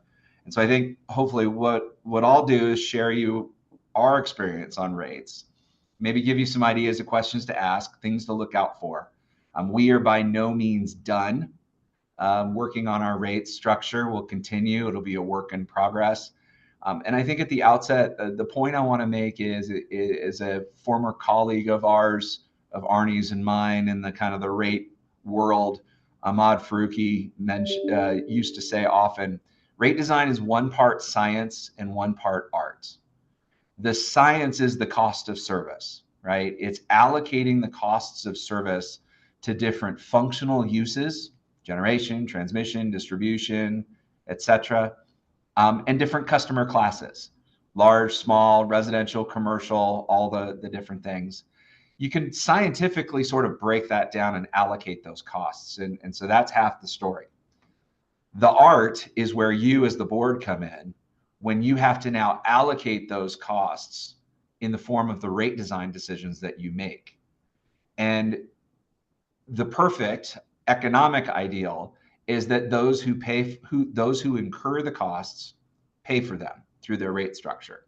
And for a variety of reasons that you'll learn through that process, sometimes that's just not possible. Because if you want to balance all of those other bond-bright principles, you want the rates to be simple. You want them to achieve the behavior that you're seeking, right? You want to make sure that consumers have some response, some capability to address and respond to the kind of price signals that they're getting. Sometimes you have to sacrifice a little art for the science, and sometimes you got to sacrifice a little science for the art. And that'll be the challenge when it comes to actually rate setting. And I want to share with you kind of what we've been able to do to try to bridge that divide. Our overall strategy is to get to 100% clean energy by the end of the decade. Really ambitious. I think we're only one of 6 utilities in the country: Public Power, IOU, Co-op, Muni. So it's a really ambitious goal. And as I mentioned, we hit 76% in 2024. We're on track to get to 90% by the end of this year with some new projects that are coming online. And as you can see on the right-hand side of this chart, smart electrification is a huge part of that strategy, as are distributed energy resources. In fact, I'll argue that when we get to the last 10 or 15%, we're relying entirely on consumer-owned distributed energy resources, dispatching energy or taking energy from our electric grid at times where it's advantageous for them to do so, and it helps us balance that supply and demand, right? So we want as many people into electric vehicles as possible, provided we can influence the rate of charging to help balance the grid. We want as many people to deploy heat pumps as possible, provided that they're paired with smart thermostats that we can offer an incentive to turn up a degree or down a degree for the comfort not to be affected, but for us to have a whole lot of demand response, right? We want local clean energy resources in our communities for the reasons I described earlier. We need a plan B in case the plan A of our distribution system goes out because of a fault or an outage or a wildfire or even a cyber attack. We don't care why, but if it's not there, we want to be able to provide our local first responders with some stored energy, some local capability to keep the lights on, but more importantly, keep the water being treated, keep the cell phone towers up, keep the gas being pumped, keep the airport open to get goods in and people out. So we really are kind of thinking a little differently about the traditional role that an electric utility can play in providing energy, yes, but making sure that that energy is safe and reliable and affordable, just like before, but also more resilient and more sustainable as we go forward. And so this is validation in my mind of everything that Arnie and Ari said about the changing context for rate design. The rates that we used to have ain't fit for purpose for what we're trying to accomplish going forward. That being said, you've got a lot of consumers who aren't going to deploy DERs. They're quite happy with your existing rate structure today. And one thing I caught from E3's presentation, and I want to double down on that, is the majority of your consumers are going to be happy with the rate that they've got today, right? There may be a few that are happy with a new and an innovative rate offering, but one of the challenges you're going to have is, well, what's the default rate and what are our voluntary options and how much effort do we put into recruiting people into it? And do we combine rates with programs and rebates and the RESP funding, which we use too, which is awesome? How do you package that together to make it an economically valuable outcome for the consumer so that that consumer takes ownership of their energy, but also becomes a partner for you, just like you reach to wholesale now, or to another utility or to a larger utility project, you can now start to reach back to your consumers, your members, and say, help us help you balance the grid. So if we look at our progress so far on our clean energy journey, I mentioned we're at 76, we're on our way to 90. Just on the left-hand side, it's a mix of large-scale grid-connected resources on the bulk system, more distributed resources inside our local community. I should also mention we've got about 30 megawatts of deployed rooftop solar, and that number increases by 4 megawatts every year. And so we're getting to the point now where we're seeing a lot of solar development during the midday, where we've also got a lot of solar already coming into the system, in addition to the wind resources. And so what that does is that basically puts us into an oversupply situation during the solar hours, where honestly, we don't need more solar. We're good, right? Our consumers are like, hey, we want to help you with decarbonization. Here, take some more solar. And I'm like, kind of don't want it at noon, would rather have it at 5 or 6 o'clock in the afternoon, right? So time dependency to our rates is, I think, an increasingly important tool, right? We want to take the yellow and the green, and we want to replace the gray and the pink that's got a carbon footprint coming from the wholesale market. And we want to match all that up with the red line, which is the load, which we have to remember, that's our number one job, right? Supply and demand, all places, all times. Otherwise, they don't like us very much, right? So we've got to incorporate into our thinking, how do we make that energy more or less valuable at different times of day? And because we're powering ourselves with wind and solar that are themselves highly variable, that time of day may not be the same from one day to the next, right? We might have a ton on one day and not enough on another. And so back to earlier director comment about energy storage, that is absolutely central. And it's all shapes and sizes. It's utility, it's community, it's behind the meter, it's long duration storage with geothermal and ground source heat pumps perhaps, or pumped storage, hydro if we can get it. It's also short duration storage from lithium ion batteries, and yes, even demand response, because that's a very good way of storing energy. You could take a heat pump and you could crank up the thermostat from 70 to 72, store a bunch of thermal energy and have a higher set point later on during the cooler hours where you don't need to put in as much electricity to keep the building comfortable. You've basically moved power out of one period into another with demand response. And that's something that we're very, very huge on here at Holy Cross. So we kind of got ahead of our skis, just to, headline first. We saw this coming as our projects were planning on arriving in 23 and 24. And so our board proposed a fundamentally new rate structure after consulting with the Brattle Group, who we enlisted to do our cost of service model, but also consulting with E3, consulting with the Regulatory Assistance Program or project, kind of allowing some peer review of Brattle's work to make sure we were getting a variety of perspectives. We've maintained that cost of service model in-house, and I will recommend that to you. It costs a little bit more, but Brattle trained our staff on how to use their cost of service model such that since that time, we've updated that model in-house. And now we're going back to Brattle and saying, just double check our math, make sure we're cool, right? But that gives us a lot of what if capability as staff to respond to questions that you directors and your members are likely to have. As Foster pointed out, the first priority is revenue sufficiency. We got to make sure we cover the costs that we incur in the whole, right? And we wanted to make sure that for us was the case regardless of how much energy we sold. And I want to pause on that because that was really an important design principle, recognizing that we had a lot of people in our community that were going to be big on rooftop solar and on-site generation. And those are kilowatt hours, frankly, that they don't buy from us. We also live in a place in Western Colorado where we've now got a state energy code that says in 2030, all new construction and all retrofits on the built environment have to be net zero energy. And a net zero energy building is, wait for it, net zero revenue to the co-op. At some point, we got to figure out, well, who's going to pay for the infrastructure? So part of what we were designing towards was a world where we actually became less of a seller of commodity electricity and more of a network operator, very much similar to those that operate transmission networks on the power system. And so we were starting to think, how do we become a distribution system operator and get paid for the distribution services to take your excess to deliver to someone else's need, regardless of whose power it is and where it came from? Kind of what's our job in a more distributed, resilient, solar and wind driven future? And that's what we really wanted to do to unlock our ability to promote energy efficiency, self-generation, all the while trying to keep the energy rate low so that we could encourage electrification, as you've talked about, and make it easier for members to manage their costs through demand response, making sure there were price signals, whether it was a demand charge or an incentive program, so that people had a reason to respond.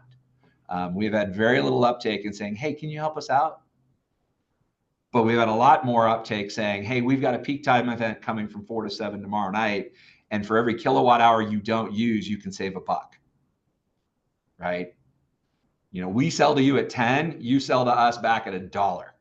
That's great. It's great economics for the consumer. And actually, it turns out it helps us avoid even higher costs to go procure that power on peak. So we thought seriously about how to allocate our costs.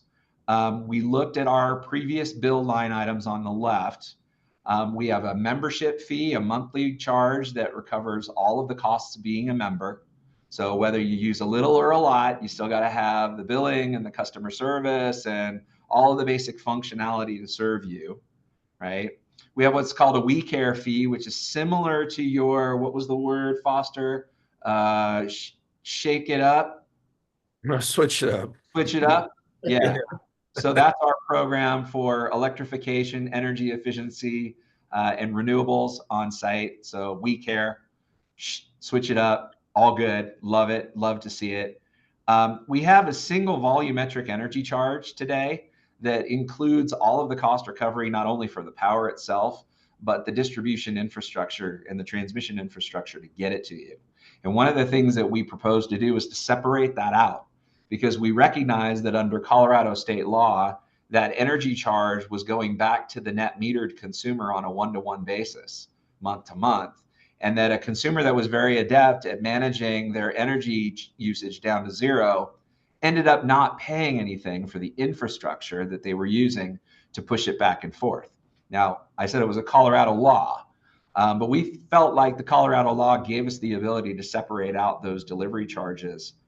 And unlike some cooperatives that bill it in the form of a demand charge, we thought it might be more cost reflective and equitable to bill it still on a volumetric basis, but basically only charge that delivery cost similar to an open access transmission tariff.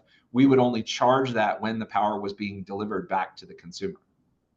So the more that's being delivered, the lower that charge, the more efficient we're using the infrastructure, encouraging electrification with a super low energy rate that remains behind, so that if you want to use more, right, you help reduce those overall costs of the grid. And then we wanted to move from a 24-hour demand charge. Remember, we're short in the afternoon. We really wanted to use the demand charge as a way to minimize our peak. And because of our wholesale contract relationships, we have a peak demand charge ourselves to wholesale. And so we said, hey, if we can get our consumers to reduce their demand, that saves us money. And if we share the proceeds back to the individual consumer and to the co-op, everybody wins. And so we had proposed to move that to a 4 to 9 p.m. peak demand charge, and to extend it not just to our large consumers that were 50 kW in peak monthly demand or greater. We wanted to start to implement that to every member, regardless of their demand. And so that touches on an issue that came up earlier in the conversation. And so this is how we allocated the costs in our cost of service model, right? Billing and collection, member services, community outreach, shared services, overhead, all of that went into the membership fee. The peak demand charge was for our transmission capacity and our resource adequacy that we purchased on the wholesale market. The delivery charge, as you see there, were the true delivery costs associated with the power moving on the wires, both T and D, as well as the capital credits that we need to maintain all of that infrastructure. The energy charge then just becomes a pass-through, and the member programs that we develop are tied to that We Care program fee, which is 2% of the bill. So assessed based on your usage of electricity. We thought we had it right. We thought this was absolutely friggin' brilliant. And every co-op and every rate specialist and every investor-owned utility I talked to was like, this is the future. And I felt pretty good about myself for coming up with it. And these are all posted data, so there's nothing here from an antitrust perspective to worry about. This was all what we posted, and we plan to transition it in over 3 years to move from $12.11.2 to something that was more cost reflective out in 2025. And you see how that breaks down for the small residential, the large residential, the small commercial, the large commercial. Those were our 4 main rate classes. And like I said, we thought we had it all. And we opened it up for public comment. And boy, howdy, we kicked the anthill. We heard from 2 major portions of our community. We heard from the low income community that was very interested in our application of this demand charge to the small consumers. They said, look, I don't have the ability to move dinner out of the 4 to 9 p.m. window. I still got to cook, and you're now making it more expensive for me. I still got to work. The kids still got to do homework, right? And we said, yeah, but you pay more on the demand charge and you pay less for the energy. And they said, well, if we don't use a whole lot of energy, we end up paying more on the demand than we make back on reduced energy rates, right? And so one of the cautions I want to give you is do that distributional analysis. Take sample bills and walk them through the new rate designs and test them out and say, is it doing what we really think we want it to do? Or can we look at another option perhaps that might ease the burden here, but still get us what we want to accomplish in the other elements? We also heard, and then this came up as well, I think Foster, you mentioned it yourself, by separating out that delivery charge, we increased the payback time on rooftop solar. Now, in the opinion of our board members, that wasn't necessarily bad because we've already got a ton of solar getting deployed and we didn't need more solar generation in the midday peak hours. And so what we were seeing is that our solar installers were selling as much solar as the roof could hold and saying, yeah, you just net meter and that's how the economics will work out. And what we believe will happen with a good demand charge and a good delivery rate is that now we'll be optimizing the solar for that structure because the biggest value of that solar is in the self-generation. If I go back to our small residential, if I consume my solar production on site and I don't push it back onto the grid, I maximize my self-consumption, I am still saving the delivery charge and the energy charge, just like before. The delivery charge only comes when I have too much for my own good. I push it out to you onto the distribution grid to store, and then I ask for it back a few hours later. Well, that's a service that the utility is providing. And that's a service that we ought to get paid for. And the delivery charge was our preferred mechanism of paying for it. Now, the solar industry said, for reasons I can't figure out, well, we object to that on a per kilowatt hour basis, and we actually think it's illegal under Colorado state law, and we're prepared to fight you on this. And they had everybody write letters to the governor and the Public Utilities Commission. Now, we're not regulated, y'all, but the PUC took a little interest in this.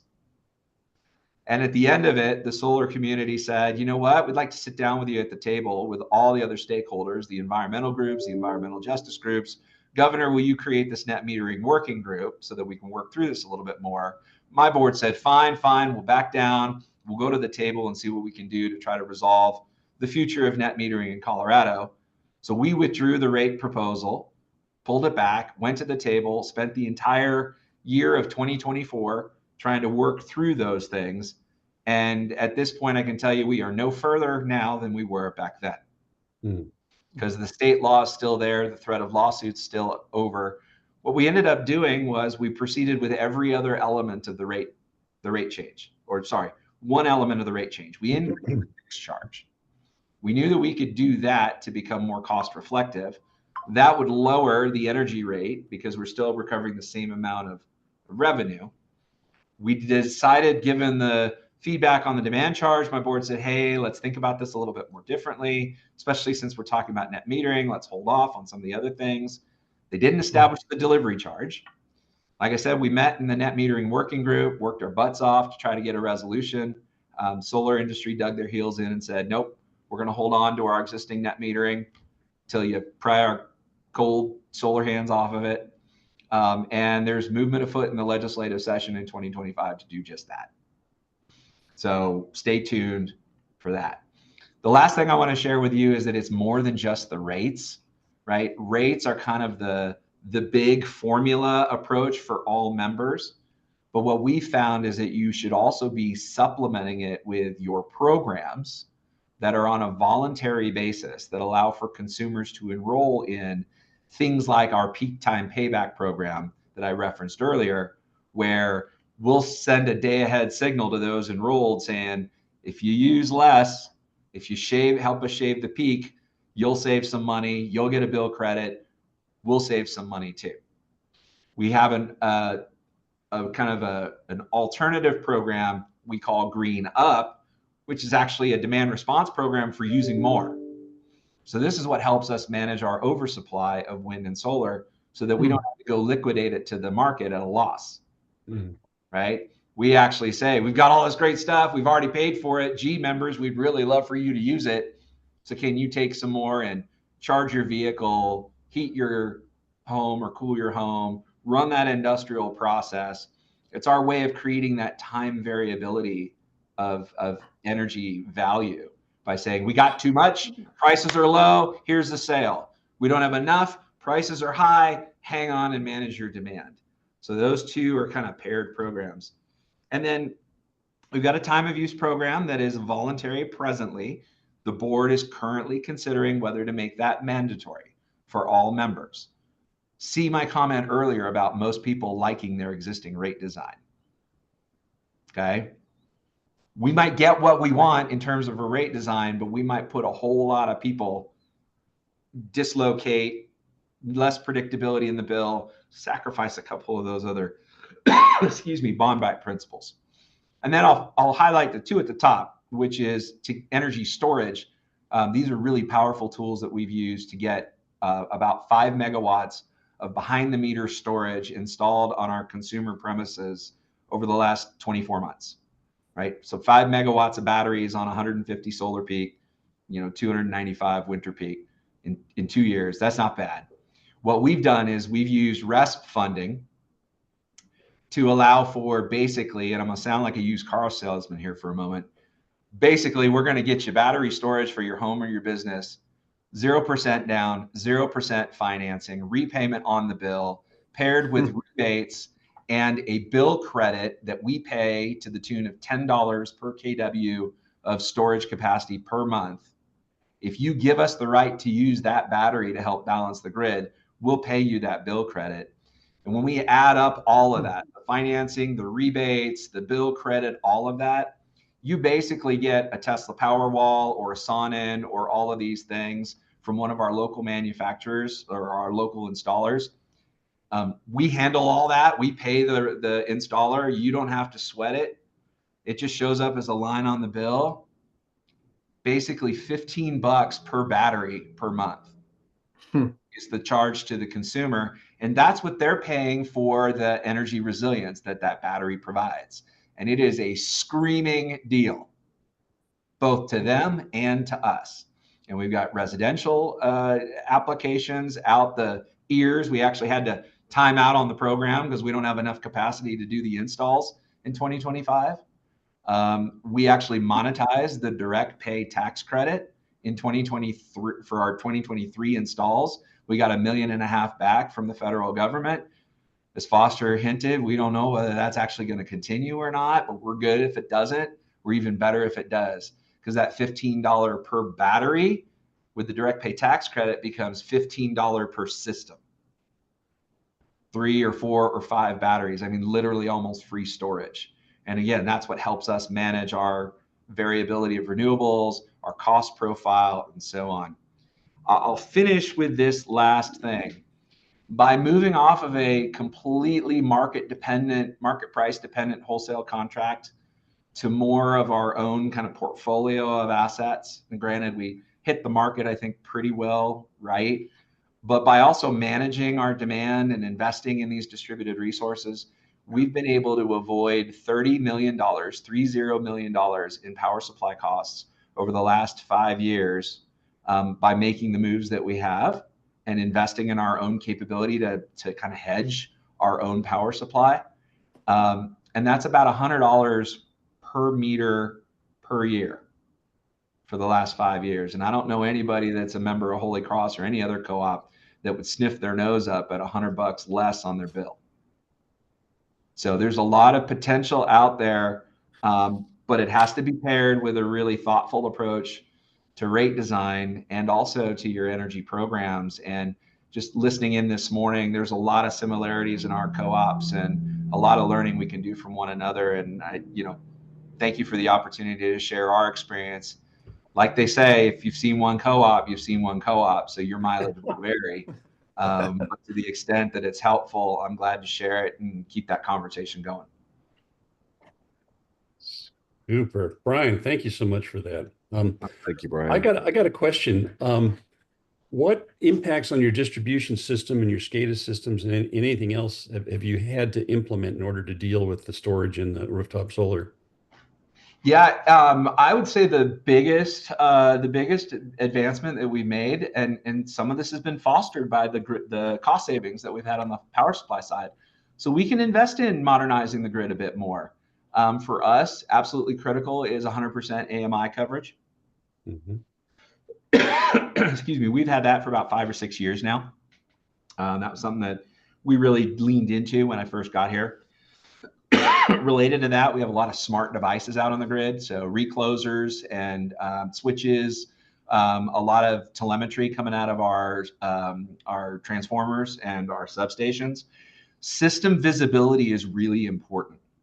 We're getting to the point now where we're even able to work with the smart inverters that are standard for most solar installations. We actually updated our interconnection procedures to ensure that when you interconnect a solar system, small, big, or whatever, that they come with what are called IEEE 1547 compliant smart inverters, and we're moving to IEEE 2010, I think it is. But the idea is to be able to speak with that inverter to allow it to manage its production of real versus reactive power, voltage support, to help us boost voltage in the grid. Well, we wouldn't know what to ask for if we didn't have good metering and good visibility into the state of our grid at any point, whether it's on a feeder basis or a circuit basis or even a sub by sub basis. So I'd say that visibility is super critical, because then you can start to target your interventions and say, on the basalt feeder, I need 2 megawatts of demand response and I'm willing to pay for it. So I'm going to send a text message out using Smart Hub to all the folks that are connected to that basalt meter and offer them a one-time only, help us out. Did you find that helped you with power factor and just system stability moves separate from the resiliency part of this? Yeah, absolutely, Director Osterman. It's we're now able to view power factor more directly, and we're now also able to take steps both on the customer side, but also on the system side as well. We're able to create, change our taps, create, impedance where we need it to be. We can, as my engineers like to say, that we can make it dance and sing a lot better than we used to. And what's great is from the people side of things, our management team is the same as it was when I got here. The self-avowed, we're just dumb old protection engineers. They're now like kids in a candy store. They've kind of adopted this innovative spirit, and they're now coming to me with ideas where I'm having to say, hold on, we can only do so many things at once. And I think it's created a great culture amongst the staff for innovation and customer service. A follow-on to that for EV charging, do you see the same thing happening with communication with DERs as well as the chargers themselves and having more active intervention, I guess from a hardware level? Yeah, absolutely. The easiest way is to co-locate storage alongside fast chargers. Right. And we've done a bit of that along our Interstate 70 corridor that runs kind of west-east through our community. We've also dabbled with, and can't say that we figured this out yet, but one of our programs for electric transportation is we basically hand out for free up to 2 level 2 chargers to any residential member who wants one, and up to 4 to any commercial member. We hand them out fully 100% rebated, with the caveat that these chargers are capable of responding to active charge management signals from us. Okay, sure. And turn down the rate of charging during certain windows, most likely in response to a peak time payback call where we say, hey, we need 10 megawatts demand response. Who can help me? That managed EV charging, again, we want people into DERs, but we want them in a way that's grid friendly, right? Yeah. That doesn't exacerbate capacity constraints, that doesn't, create investment needs that we can otherwise avoid, the so-called non-wires alternatives. When we hit our 295 peak over Christmas this last year, I was sitting in our control room watching the loads on some transformers, and the old engineer that was sitting next to me was like, gosh, we got to start thinking about doing a system upgrade. And I'm sitting here in my head thinking supply chain and transformers 5 years out and permitting never going to friggin' happen. And I'm like, nope, what we got to do is we got to get a bunch of DERs there and some batteries of our own so we can do load relief when we need it. Yeah, each one of those level 2s can be 19 kW, so that adds up really fast. Yeah, especially if they're in like a multifamily housing. Right. situation where you've got a panel of 6 or 8 of them, or here in our parking lot, we've got 10 in a row for employees. So crank those up, turn them down.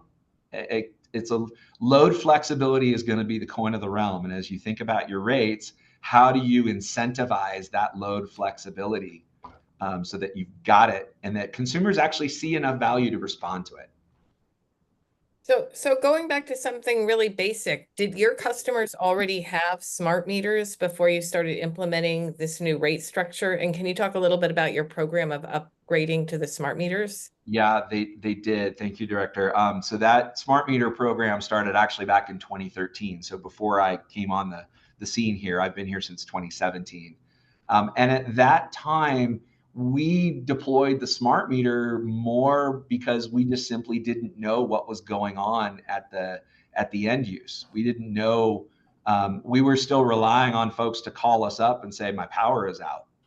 And we realized that with a system-wide deployment of smart meters, it would help us with fault location and detection. It would help us with outage notification, and it would increase the ability of us to respond more timely and get more people back on. We went with Landis+Gyr. We also recognized that there was an enormous potential for the smart meter to actually become the microgrid controller of the future. There's a whole lot of computational capacity on the smart meter chip that we don't use, right? It's like the 99% of my brain that my wife says I don't use, right? It's the kind of thing where if we're clever, we can actually use that meter as the manager of all the DERs so that when the time comes for an electric vehicle to be charged and there's not enough production on site of the rooftop, the smart meter says, hey, maybe we ought to trim down some other uses to avoid pulling from the grid because the grid price is too high, or there's a constraint that the utility has put in place.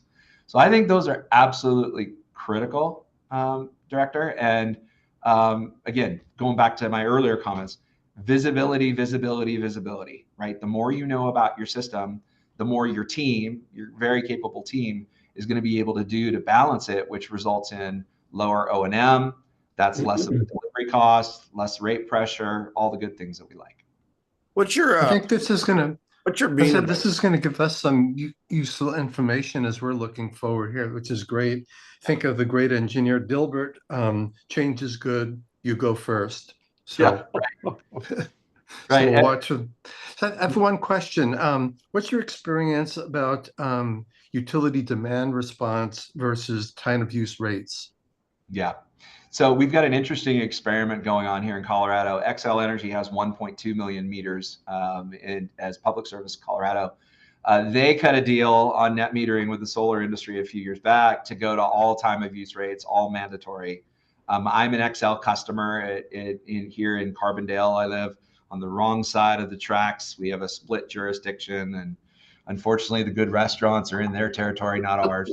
And I've had personal experience with that. And aside from the traditional sort of rollout issues that you would have, it's been pretty seamless. I'm now on a default time of use rate, and you would think I'm one of the more sophisticated of the bunch, and I don't give it a second thought. My bill has largely been what it is, but I'm a seasonal, right? I spend part of my time in Denver. I spend part of my time here. I spend a lot of time at work, not a whole lot of time at home. So I am literally a low load seasonal customer that isn't really being affected by the time of use rate. We've had some hesitation about doing that as a mandatory program simply because the logic is as follows, right? We have basically, 2,000 to 2,500 net metering customers, maybe another 1,000 or so members that are a bit sophisticated with pricing.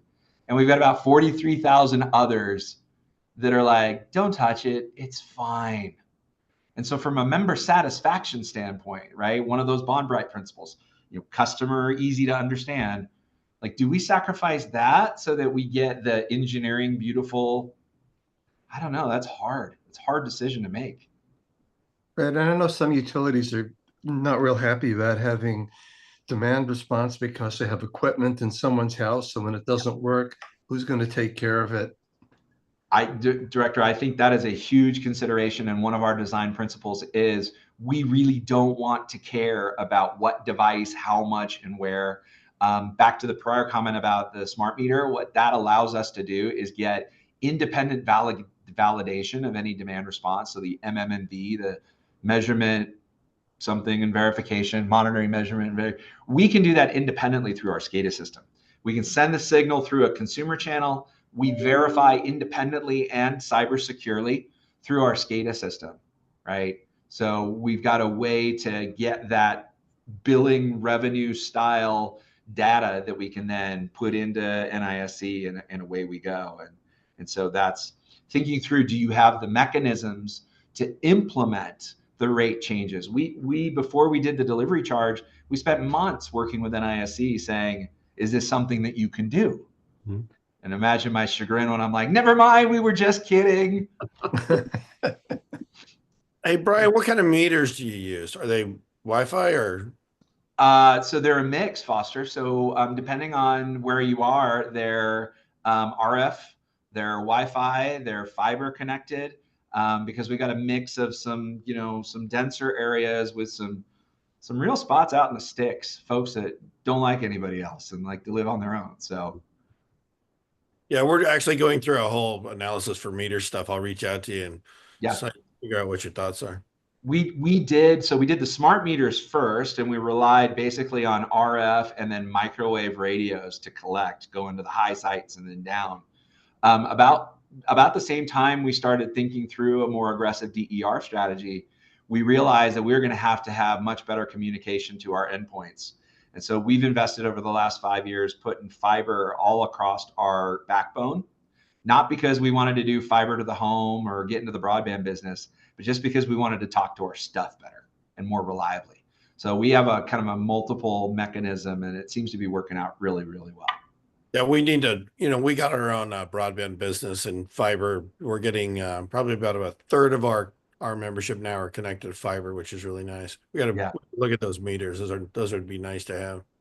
Yeah, and they've got a new generation, which I mentioned has kind of that microgrid functionality in it. That's really important for your solar customers, because one of their biggest beefs, I'm sure, is, well, when the voltage goes out on the line side, I can't do anything with my rooftop solar. These actually allow for some basically self-generation. Even without storage, you can power off your own production. The meter opens up, and there are all sorts of protections that are there. And that just makes a lot of sense. Yeah, it does. Brian, can you talk a little bit about the sociological factors of this stuff? So how did you roll this out and engage the members? Because, in our community, we've got a demographic where, there's a lot of aged people that they're going to have a real difficult time even understanding, why are you messing with it? I got people that tell me the grid was just nice in 1957. Why didn't you leave it alone? Well, we've got folks that have been in this community long enough that they say the worst damn thing that happened was when they put the highway in. So I hear you. We used a variety of channels. We used bill inserts to those that were still receiving bills by mail, which we've tried to wave them off on, but some want to. We've got member newsletters, both online and in print. We had what are called brats and kilowatts community events, or little town halls, where we go to all of the different major towns and communities that we serve. And by that I mean anywhere there's 500 to 1,500 people to be had. We go and rent out the local brew pub or restaurant for an hour or two on a Thursday evening. We feed them, we give them a beer, and they get to listen to us for a few minutes as the cost of admission. We've got social media presence. We've got a variety of other things. Go and chat with the town and community governments, because what we'll find is that they are probably the ones that are the most vocal and the most attuned to it. But to be honest, Director, 96% of the Holy Cross members could not give one whit and did not participate. You saw we got 300 comments out of 46,000 during our public comment period. But they were pretty vocal, and they were enough that my board said, you know what, there's something here, and we need to consider it. So I'd say just anything and everything that you can use to communicate, because what you don't want is a member to come and say, well, I had no idea. I would have said something. To me, that's like a fail on our part if that ever happens. Yeah, we get that a lot. I have a question. How much stuff have you've been doing some really innovative things? How many came from deployments came from grant funds? 0. That's awesome. Yeah, we it's funny, I actually got a bit of a stick from my board when all the New Era and the PACE funds came out. And they said, "Oh, we got to get all this money." I said, you realize you have to have a carbon footprint to replace, and y'all done replaced your carbon footprint already. So we're not eligible. We are a prime recipient of one of the GRIP awards working with NRECA and a bunch of folks in the West on wildfire mitigation. That's currently a little fuzzy. I mentioned the direct pay for our solar storage program.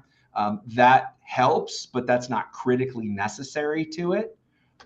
We don't have any really other sources of revenue, RUS borrowing through the REST program, but we're 100% CFC borrower for completely non-government reasons. So yeah, and I would say that's also critical, is making sure you think through your strategies, given what I'll call stroke of the pen risk that we've seen. When we do our enterprise risk assessment every year, it's legislative and regulatory risk. Like, how big is that and how much do we manage that? And one way to manage it is just to build your business plan without it. Yep. Well, we're all in that category now, so. Yeah. I think we've all learned a little bit, haven't we, Foster? Yeah, we have. Can I ask another question about the Brattle Group model, which sounds really key to managing this whole program? And I'm just curious, is that like a linear program model? And is it a model where you're able to reconfigure it based on changes in your system or other things you want to do on ISPSON, or is it kind of limited in terms of the variables that you can look at?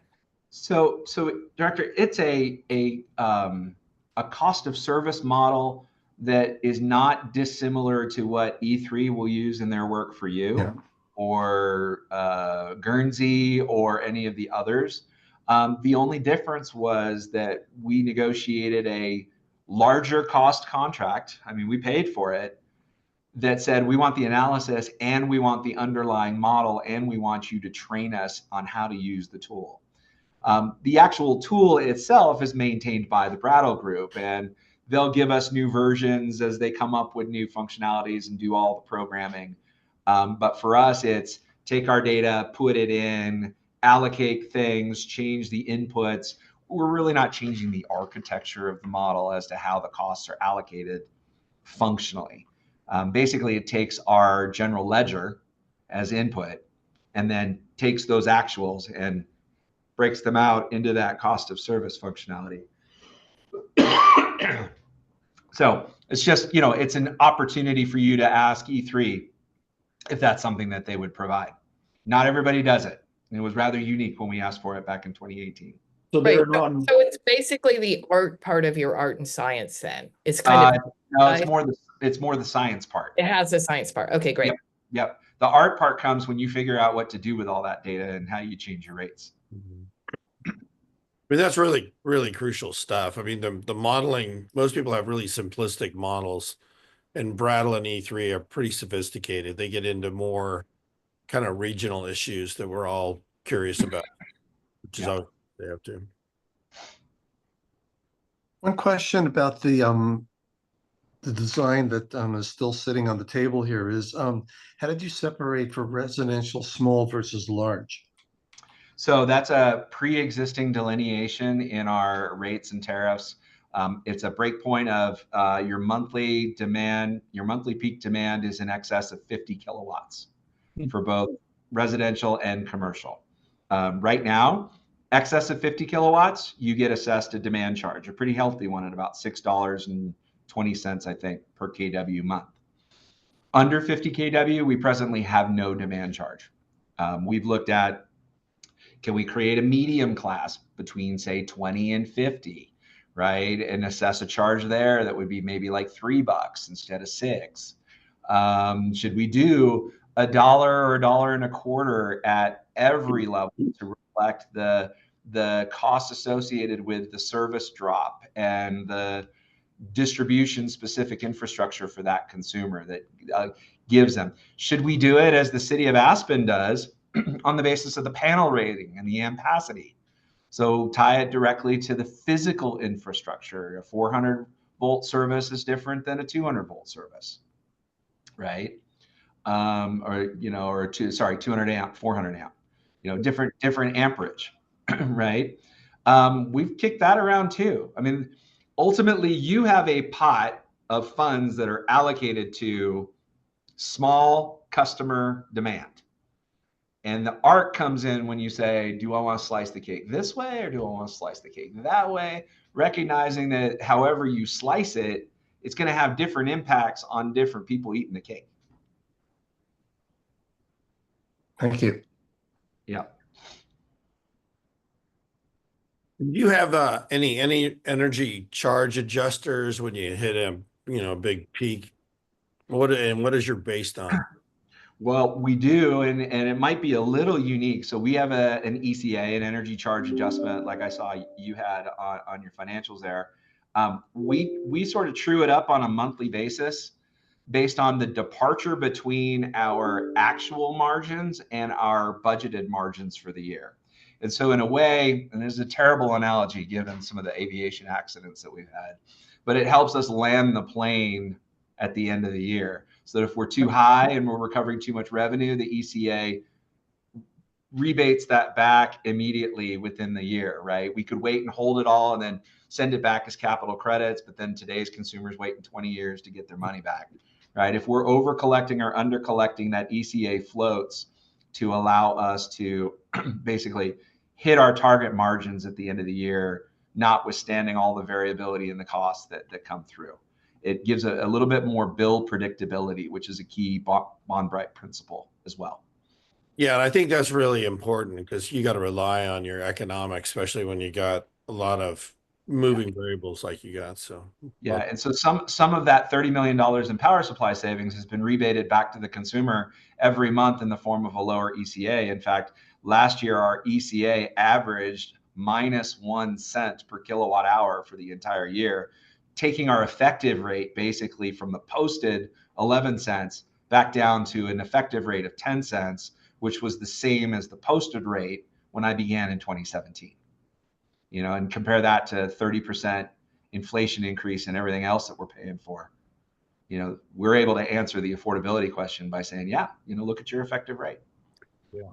Brian, how much of your total load is, I guess, you know, self-generated or controlled by you, and how much of it's purchased from the market? So if I go back and look, let me pull that back up. I think we have now, I would say it's about 50-50. And some of our market purchases are by contract 100% renewable with tags and everything to it. So we worked with an independent power producer, Guzman Energy here, that's working in the West. And they basically, after we have all of the dispatch from our directly contracted projects, which are about 50% of our load, varies seasonally, of course, we go to Guzman and say, can you fulfill renewables at the contract price that we've struck? They either say yay or nay. And if they don't, then we fall back on our basically a partial requirements contract with Xcel Energy Colorado, where we pay them for resource adequacy, and then we pay them by the drink for every bit of energy that we consume from their system. Right. We're, you know, we're a 250 megawatt average system on a 7,000 gigawatt balance or 7,000 megawatt balancing area. So we're round off air for them. And when they don't need those resources to serve us, they liquidate to the market and make money. So they're happy. Yeah. That's nice to have them as your balancing authority then. It is. But honestly, you know, and I've had this conversation in the past with Jessica Matlock, who was a colleague of mine here at La Plata before she came y'all's way at PNGC. I mean, these are the kinds of relationships that I think are symbiotic between a wholesale cooperative and a distribution cooperative. And I really think those are the relationships that are going to stand up well over time as markets change and relationships change and new technologies change. You all want to empower your consumers and your members to deploy the resources they want. Why wouldn't a wholesaler feel the same way about you? Hey, love to get a hold of your slide deck. I know our board would love to have a chance to review that. So as luck would have it, it's in your inbox. But if you can't find it, let me know. I appreciate that. I know that's going to be the first question that was going to be asked, so I appreciate your help there. Hey, I can't say enough about your wisdom and what you guys have been trying to do. Holy Cross is always at the pinnacle that we're always trying to follow. So thanks for joining us today, Brian. It's been my pleasure. I'm happy to do it again or connect our staffs for more deeper dives. And like I said, I'm really impressed with what I saw today in the board presentation. You got a good team there, directors. You asked some fantastic questions, and it's just been great to see another board work. And keep up the good stuff. Great. Right, Thank you as you, well. Brian. Thank Thanks, you. All right. Thank y'all. All right. Okay, Foster, I think we got through the program here pretty much for the morning, right? Why don't we take a break? We probably just come back to the final stages of the board materials. I only got a couple pages left, and then Okay, it's 10:50 now. How about 5 after 11? Let's take a 15-minute break. Yeah, that's perfect. Okay, see you in 15.